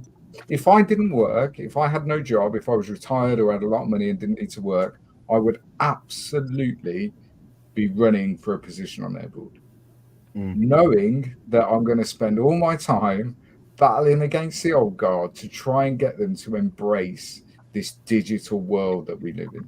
And it might take years and years and years, but I'm up for the challenge. Unfortunately, I have to work 60 hours a week. So I haven't got the opportunity to dedicate the time to it that it would absolutely need. But Luke, what is it they're afraid of? I mean, and talking about welcoming the digital age in, I mean, it's come and it's gone. You know, what they think of, I think, as a threat is, you know, they might think Facebook is a threat. Yeah. Facebook is dying in Western. I mean, it's getting big. It's still growing, but it's mainly in India, in Africa, in emerging markets. Not in China. Yeah, European usage has shrunk. North America is still quite big, but you know that is not the most recent platform. You know, there's more people using TikTok in Europe. You know, so I don't really get what the fear is, if you like, from the old guys. What they're afraid of. I think a lot of it is a generation thing. You know, I'm sure you have the same thing, right? With your club, you have people who are of all ages. A lot of the people, most of the people that come into the shop, if I did a median age, it's probably about the same as the YouTube channel. It's 45 plus is the kind of medium age. You know, yes, there's kids coming in with their parents and stuff, but averaging out is probably around 50 or so. And a lot of people are, retired in their 70s or older, doing that. I have great conversations with them. You know, most of them pay by card. You know, they are au fait or on the phone. And it's not because my shop is digital.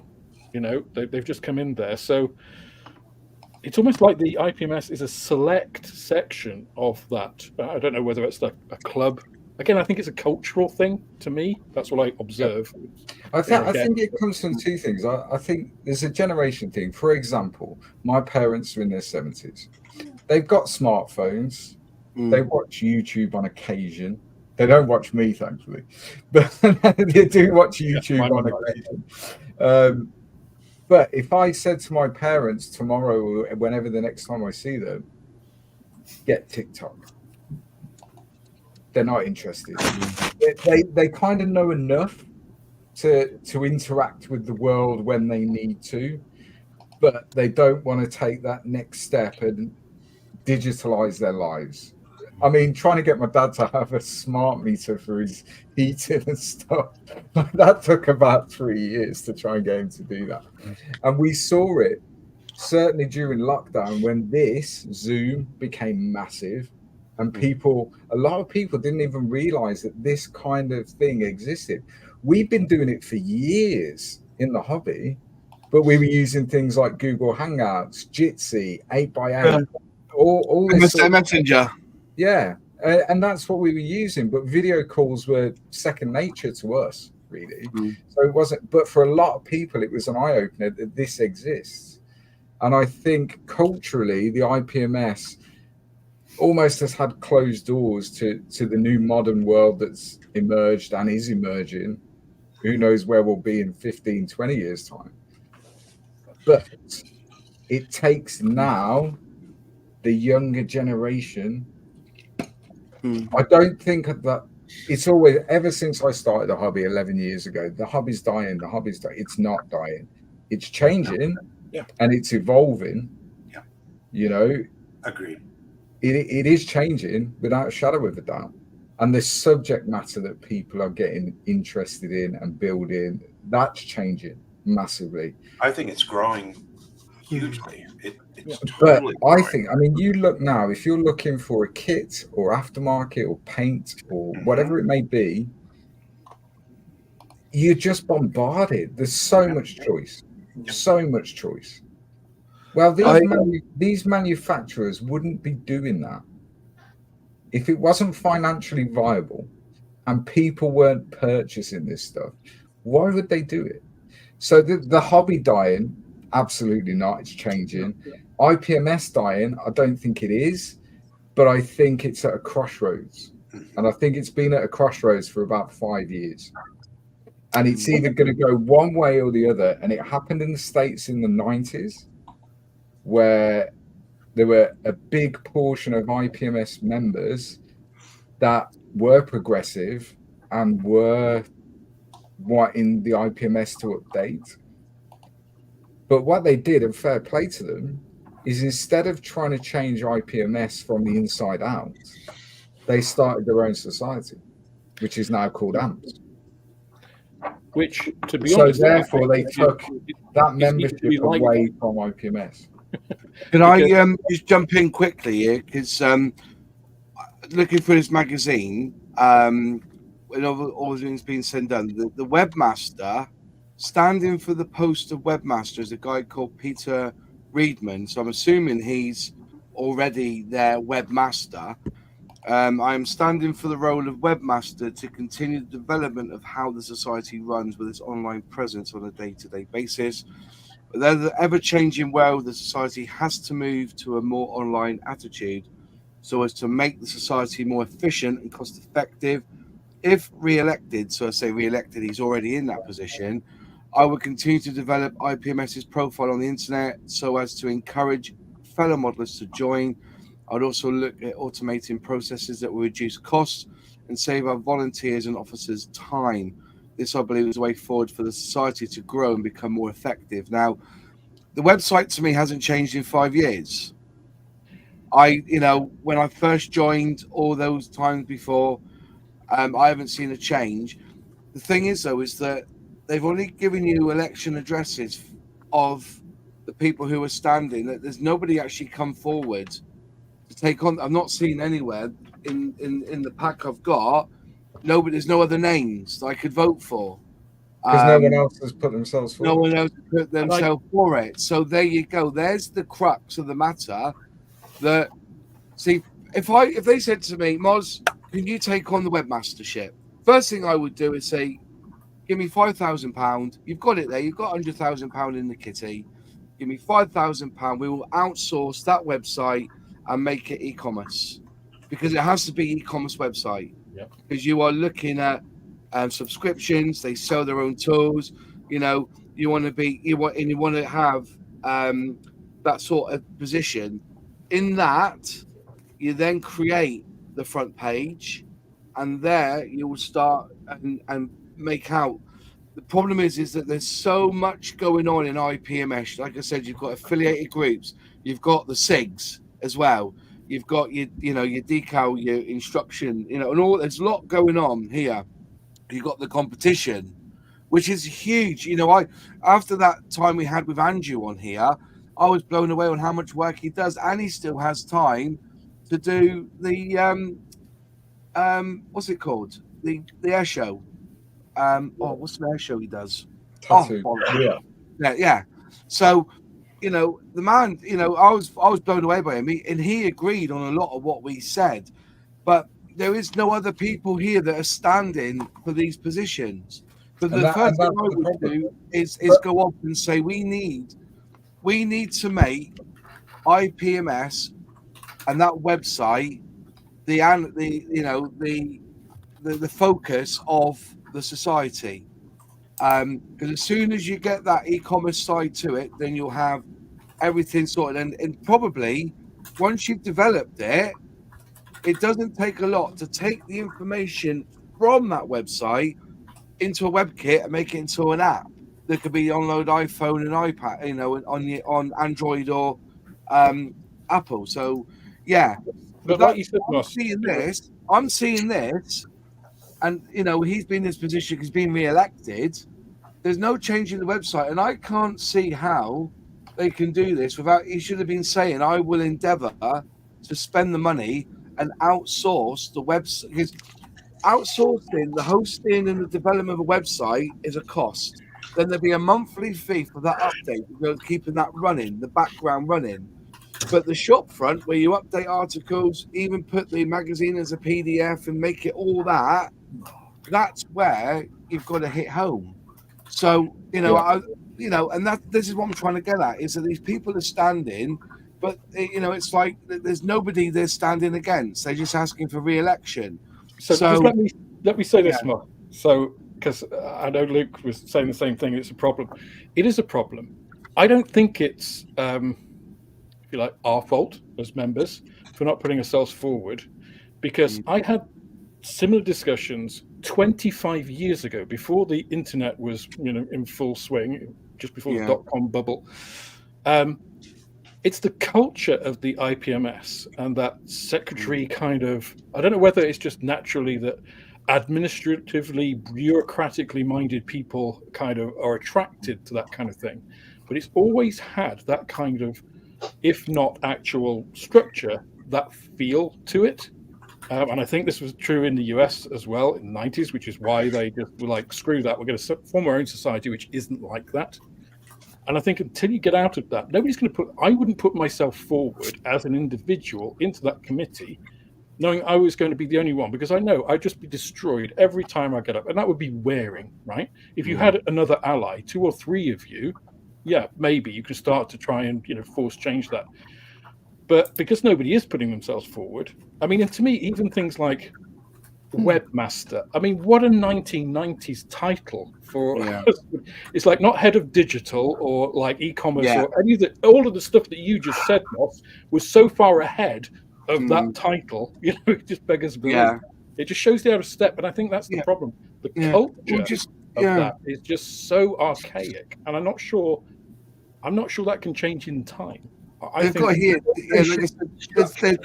a scrap of paper here telling you, basically, there's the people who are standing. You've got a for and against, and they've got an update to club rule to include paragraph 613, which is proposed by John Hebditch. For and against. That's for and against on that one. Can we just had to scan the magazine to find out where there it is. So basically, the resolution is to include the paragraph 613. This is the difference between last year's and this year's. Those members standing for the post of honorary treasurer must also submit their nomination paper, a curriculum vitae. Everything you've just said, Moss, turns me off. And I've worked for big corporate organizations with more glossary. You have to read a glossary before you understand a meeting. None of what you've said, associate, whatever. How many people in their 30s or 20s really want to be part of a structure like that? Yeah. All right, Nigel, raise your hand. Raise your hand, Nigel. He's not in his 30s. Give him. No, Hong Kong model, man. Oh, the other one. That to me, Moss, what you just read out reminds me of old days Rolls Royce. There would be a manager's position comes up, and all of a sudden, John Parker was successful in that application. Yeah. I didn't see any adverts. No, we didn't advertise the job because John was the preferred candidate. Yeah. No one else got the chance. Yeah. And with the IPMS, it makes nobody dares. It's like us on here now. If you're the webmaster, I'm not going to go for the webmaster's position because Luke will never speak to me again. I would, Nige. I would. Just the language they're using. Did somebody say something? I would as well, too, buddy. Amazon would talk to you again. No, as I said, the webmaster role, like I said, I'm not seeing, and I'm not, by the way, folks, I'm not being critical of that person. I'm critical of, is there something that's stopping him from doing it? But, like I said, there has been no forward with the website for years. We all know, we've been discussing it before. We've got a pack here about the general meeting. There's a lot that's to be desired. Like I said, personally, what I would do with IPMS is get rid of this structure of this and have what they have working committees and having working groups. So you have a group of web developers, you have a group of competition, and they're all. And I don't think they do that because I'm looking. I can't see any sort of small committees, but working groups. Within that working group, you have that one person who is, the webmaster or honorary set webmaster. He will then go back and report back to what they're doing. But if I was in the webmaster job, the first thing I would do is get a group of people who know. If I just mute myself. No. I've just muted the thing. Hang on, that's better. They have a group of people who knows what they're talking about to put out to tender a website development and get it all up and running and tell them exactly what we want. Bomb, bomb, bomb, bomb, bomb. And just as what Julian says, as for the basic click, the 3-click rule, forget it. It's nothing like that. It's in, it is 1990s HTML. Does the webmaster get a special sash? That's what I want to know. I think you get a badge. I mean, that's what it sounds like, a meeting of the fucking Freemasons. Yeah. You say this about them being back in the 90s, but why then, this year, did they force me to pre-book when I didn't even know if I could actually go? I mean, it wasn't even a case I could turn up and pay with my card or even pay with the app. I mean, something earlier about simple, download the app and pay when you get there. If you remember, you don't pay. That's easy. Yeah. But not being funny, I just looked at the source for the IPMS website, and it's very 90s. Yeah. They're still using JavaScript. Yeah. Which is unsecure anyway, isn't it? Yeah. But as I said, I remember writing to somebody at the time because Andrew was brilliant. Because I was looking for my they were giving out badges. I think it was 40th anniversary badges, and I didn't get one when I was at. And I asked, how do I get it? And I messaged one guy, and the bloke just said, "Not my problem, not my department, not my problem." Basically, so I spoke to Andrew. I emailed Andrew, and he said, "I'll get you one," and I got one in the end. As I said, I think Andrew's got. When we were talking about it, he had his thoughts, which are very much the same as ours. He was writing stuff down, but there's nothing wrong with getting working groups in and saying, "This is what we want to do." Commit all we're asking is that you commit yourself to 2 hours a month. We'll have a meeting and we'll discuss what we want. Create a pack that we can then send out to web developers around the country and say, what can you give us and what sort of, what monthly cost it's going to be, and then we will then have a working group that would work on everything on the front end, articles. Because I said the magazine, I'm not going to lie, it's fantastic. There was an article in here. This one was 2020s. This one, article 4, issue 4, and basically it's 5 pages of British ground and air reconnaissance markings during World Wars, and it's full of information about what was used, when, how, what was the triangle for. The different roundels. It's a fantastic, and this is the sort of stuff you get. It's a good magazine, very good, very well written, good articles in there. So, but if that was on, and I could then use that to screen grab, and do me, read from a PDF. And if that was available in PDF format with a database that you could search, that new members could come in and do that, how fantastic would that be? Mm. Rather than, do you know anybody with a 2020 issue number 3 that I can loan because that's got that stuff in it? It's just, I mean, I'm not going to say I want to bash the IPMS, but again, we come back to that question that we asked before. I've forgotten the guy's name, but before he came on, is what is I think the IPMS has to really do a bit of soul searching and work out what it is for. How does it make itself relevant to modelers of all ages today? Because I think they think it's something it isn't or shouldn't be. And it doesn't have a life of that anymore. As Luke said, if new people come in, there's different focus, and if they can change it to become what will actually help people, that's great.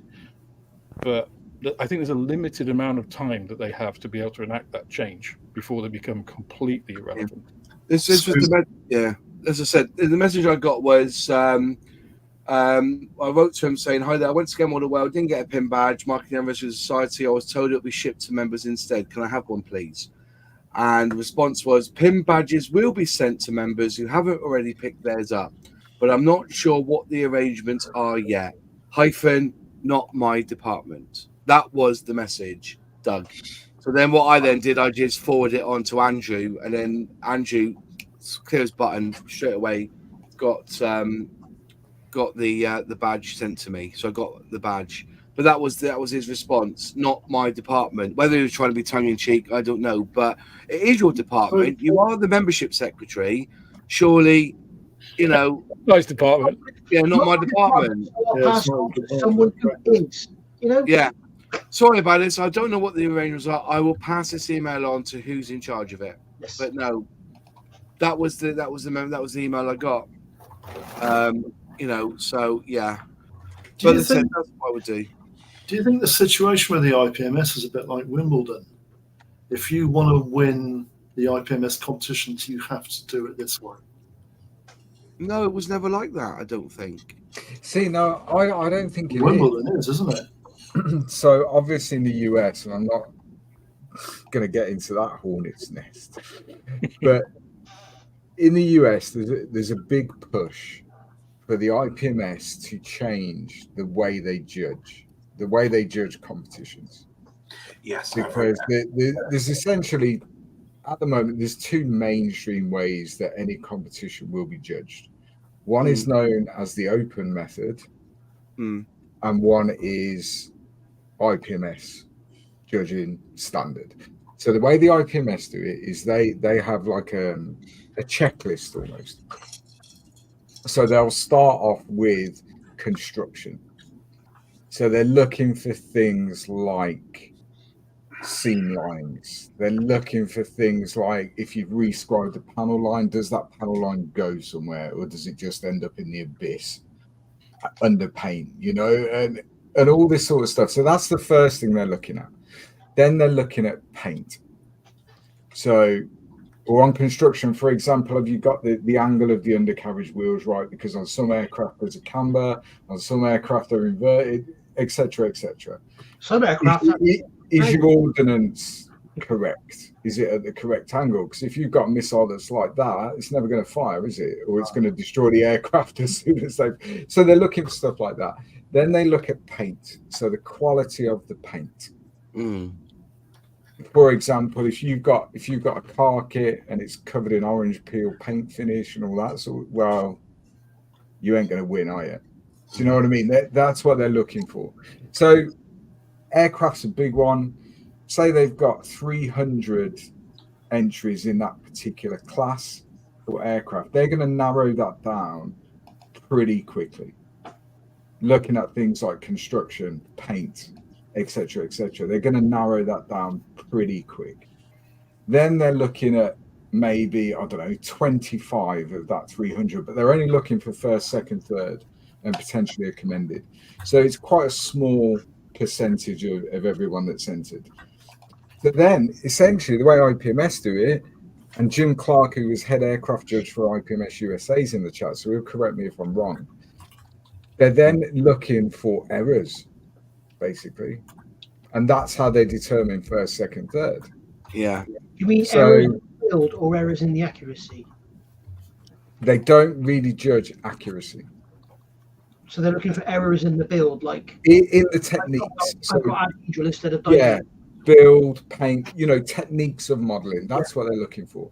Accuracy is not something that they pay a lot of attention to, because that would mean, so you imagine how many subjects are out there across all genres, hundreds and hundreds of different subjects. You would have to have a subject matter expert on pretty much every model that's on that competition. Well, you can't do that, can you? Right. So they don't judge accuracy. when you're looking at an open system, so the way AMPs do it, for example, so every single model that is entered into the competition is placed in front of the judges for, I think it's 4 minutes. So instead of going through a checklist, looking at construction, looking at paint, looking at whatever, they've got 4 minutes to look at that model, and they have, as far as I know, 3 classes: bronze, silver, gold. But out of that 300 models, you might get, in the judge's opinion, you might get 100 of those that they think are a bronze. You might get 75 that they think are silver, and you might get 20 that they think are gold. Everyone gets a prize at that point. You with me? So it's not IPMS where 3 people are going to walk away with something in that class. Yeah. In an open system, in theory, every model in that class could get a gold. If the judges believe that it's of gold standard. So what would happen then at IPMS if Alex and I both entered an Airfix 124 scale Spitfire? Sorry, that's the Amazon guy. Sorry. That's the IPMS judge kicking in. They're both unweathered. They're both built out of the box. They're both in the out of the box category. They've both got the kit decals on, same scheme, and they are exactly the same. What do they do? The honest answer is I don't know, but I would defy any of us sat here to say that we can build a model without any errors and that is exactly the same as someone else. Totally right. Yeah. But I think that comes back to if it got down to you and Alex's Spitfire for gold, for first place in that class, one of them is going to have more errors on it than the other. It will be mine, I can guarantee. But it is. That's just model building. If you didn't cut the nubs off that held the tires so the flat spot is on the bottom. But there'll be something, won't there? There will be something. Yeah. And obviously these people in general are very, very experienced modelers. Yeah. Well, that's why they're going to identify. There's sometimes there's no goats. Yeah. You know. Yeah, that's right. Because the judges decide that nothing on that table in that class is of gold standard. So no one gets a gold. But I mean, they have done that in the old checklist system as well. Yeah, and last year they did it. Last year there were models that, you know, only 3 people have entered, but none of them are gold. It's like I know some people that will literally go through the competition classes a year before, and they will purposely pick classes that they know are going to be undersubscribed. Yeah. So they know that there'll probably only be 3, 4, 5 entries in that class. They know that because it'll be some obscure genre or obscure aircraft 1/12 scale and above. Yeah, it'll be something. And so they will purposely build a model because they know there's not going to be much competition in that class. Yeah. People do that. You see, so that comes back to my fair kind of play to original the judges premise last about the year. IPMS. Fair play to the judges last year that looked at that class that's got 3 or 4 entries in it and went, you know what? None of these are gold standard, so therefore we're not giving one. But that comes back to that point about the IPMS, doesn't it? It's just like, so what? And when we had this bit with the guy who came on, kind of my thoughts on it were, because one of the things he said, if you remember, Moss, he said that they never give feedback. Yeah, they don't have time, right? Yeah. And it's like, for me, you have to look at, again, what is the competition for? Because if you know what the competition for, then how you judge it, what you do, the way you judge it and stuff flows from that, right? What is the end result? Is it like the Golden Demon? It is a celebration of the best painting of particular subjects that you can possibly get. It has to be Warhammer. It has, it's all very strictly controlled, but it is about skill, the application of skill. Whose is the best? How many hundreds of coats that these people do. If you had that, if the competition was, for example, to improve entries like modeling. You've just got that. It's for people to put models in so that, like you say, they get 4 minutes with the model, the judges, and they all write down, say, something, a couple of points that they think are really good about the model, and a couple of points that they think could be improved, and then that goes back to the person and, however you want to do it. But if they knew that, that would define then what they're doing in that time, right?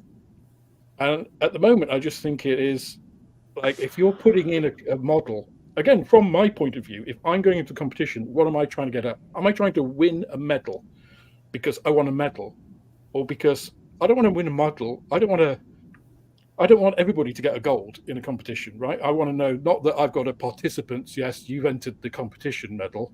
I want to know that my model is worthy, that I have actually achieved some sort of standard. I pushed myself and done that. And ideally, if it doesn't make it, I'd like some feedback on what other people think I could do to improve, to push myself. Where did I go wrong? That focuses. It's one of the reasons I don't enter competitions, because I don't see the point. What is the point of, going through all of this for somebody just to say yes or no and you get a prize? It's like, it doesn't do anything for me. But again, neither is bad. It's just you need to know what that is from both sides, right, for it to work properly. Yeah, I think for me, and I enter competitions on a fairly regular basis, so I don't enter a competition. I don't build for competition. Does that make sense? So I'll build something, and if I think it's okay, then I might put it on the table on the day. I don't build specifically for competition. I'm a big believer in, if anyone builds a model, as long as they enjoy the process, the end result doesn't really matter. The thing about the hobby is the process. That's the thing. Now, the reason I put stuff into competition is because I might build something and I'm a social media whore. So I'll post it all over the internet and everyone will, it's really good, I really like it, whatever. Okay. But is it good? Is it really good? And the only way I'm going to find that out is putting it on a table next to other people who are really good. Sully.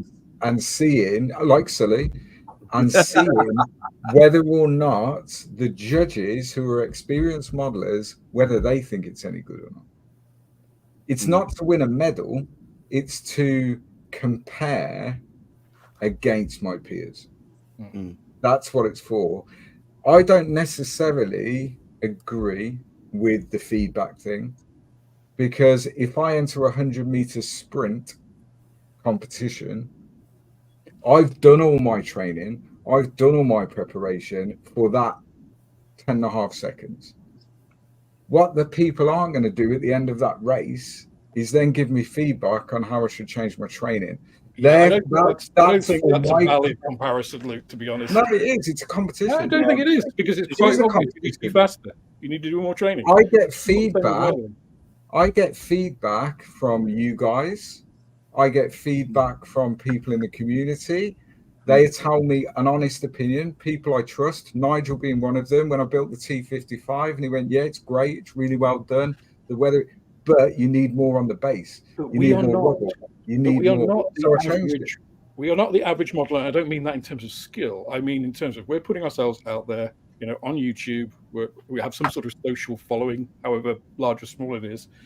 Whereas if we're talking about bringing people into the hobby, younger modelers especially, going into competitions is not something a lot of them, I think, naturally feel that they want to do, because when a lot of people, I think, entering, especially Zoomers probably have this like, well, I'm not going to be worthy of doing this. I've just started out. There's no point, And it's just like getting feedback. They might not have a club. They might not have, they might have a limited, social media thing. They may just watch YouTube channels.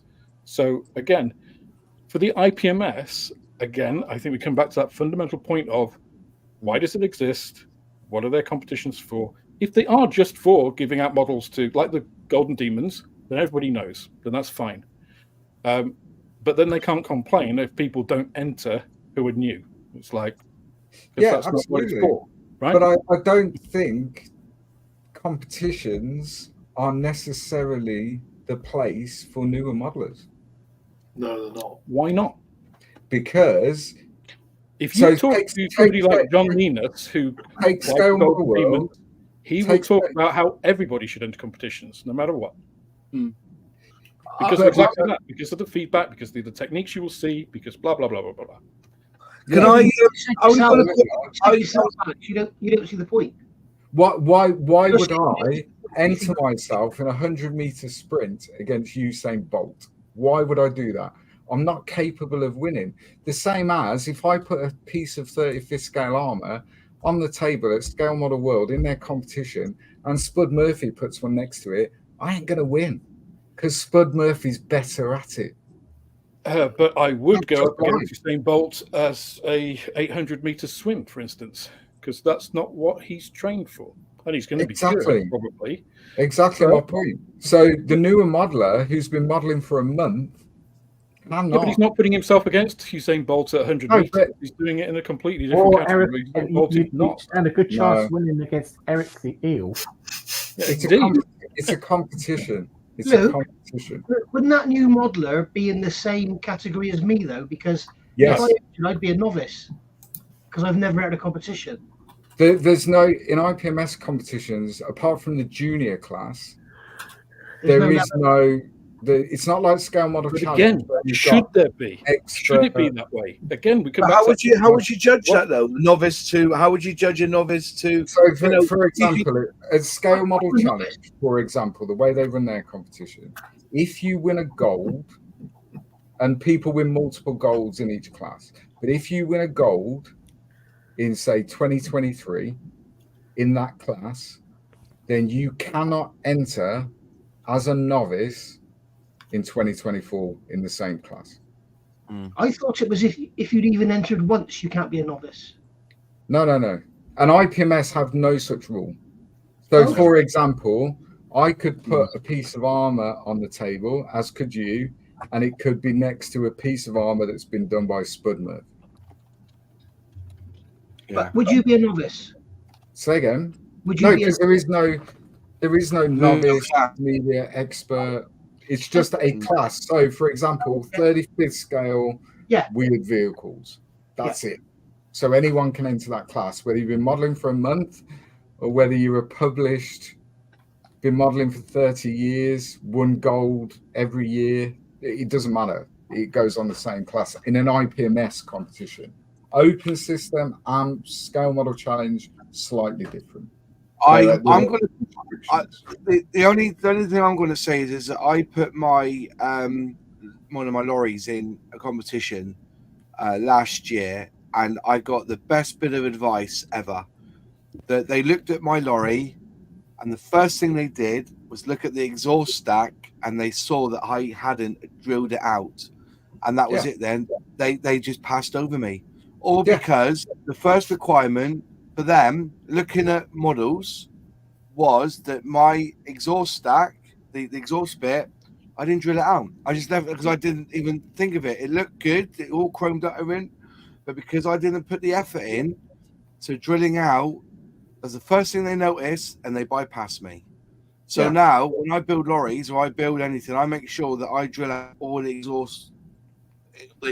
This is one thing. So, you know, and you learn from these things, you know. But anyways, it's getting on past 10 past 10. I think we need to get Jim Clark on here, mate, to have a little chat to us about his experience. I'm sure. So there's been a lot of controversy in the US about open judging, IPMS judging. Jim has now resigned as head aircraft judge, but I'm fairly sure Jim would happily come on and talk about judging at a big competition. Bearing in mind, nationals in the US might be 5,000-6,000 entries. Jeez. Well, he said he'd be glad to. So we'll arrange it for you, mate. Is to because like Jim Clark is saying, is the Olympics the place for beginners? Absolutely which is not. A very, very. Yeah, that's a point. It's not. It's not. You're muted, Alex. You're muted. So we're saying competitions are only for the elite. Then that's very welcoming to other members. Well, big competitions, absolutely, they are. Yeah, don't agree at all. They are, though. They're not. They are. That's why it's a don't agree. Drilling out the exhaust pipes and the gun barrels is for me just getting details right. And he's right. Yeah, that's the one thing I thought my finish. I thought my finish was absolutely solid, and I was really pleased. And the first thing they looked at was exhaust stacks, and that was it. I was passed over. So it's an experience for me. Anyway, because one of my mate Celtic West was judging another part of it, and he heard them say. So that's how. But I never got that feedback back originally. It was because of somebody who was in the room that was judging it, and they said that. So if you hadn't overheard that, you wouldn't know. I wouldn't have known. No, but that's the beauty of it. Because, to be honest with you, I would have gone back in there and I would have looked at the competition. Because the problem is, this is what I keep saying, when you go to these competitions at model shows, you put your model in, that's it. You cannot look at anybody else. You only look after. Yeah. Jared won. My Bearcat got highly commended, but Jared's won gold because he actually did the riveting on a 170. He went above and did the riveting on that wing, and you could see clearly why he won, because you looked at all the others like my Bearcat, etc. We didn't bother with the riveting. It was all, we just kept it flush. So, and that's why Jared got the gold. And that's because when you talk to the other people in that competition that you're there, oh yeah, Jared, he must have done the rivets on that one. And it was then afterwards, it was then agreed that it was the rivets that made, that was part of the reason why he won it. So that's what I'm saying. That's how it works. So, but anyways, it's 10 past 20, 10:15. Thanks all for joining us. It's been a long one, so it's been great. And definitely, if I can leave that with you, Luke, to have a little chat with Jim, get him on here next week. Mate. Yeah, let's go that way. Yeah. Maybe that's the one next week. We'll carry on this discussion about judging next week. Thanks all for watching again on a Monday night. We'll be back again next week. And I'll have to go to bed early because I'm going to Airfix next Tuesday. So it's bank holiday next weekend. Next Monday. Yeah, it is next Monday. Yeah, next Monday. Yeah, it's bank holiday. Well, I'll be around for bank holiday anyway. I've got nothing else on. So, but somebody can't be. But yeah, we'll have. If we can get Jim Clark on either this Monday or next Monday, that'd be absolutely brilliant. But thanks all for watching. Remember, all the channels here. If you can just go and give them a like, give them a subscribe, watch their videos. It all helps and bring us through on the community. Thanks all for watching, and we'll see you next week. Cheers all. Bye.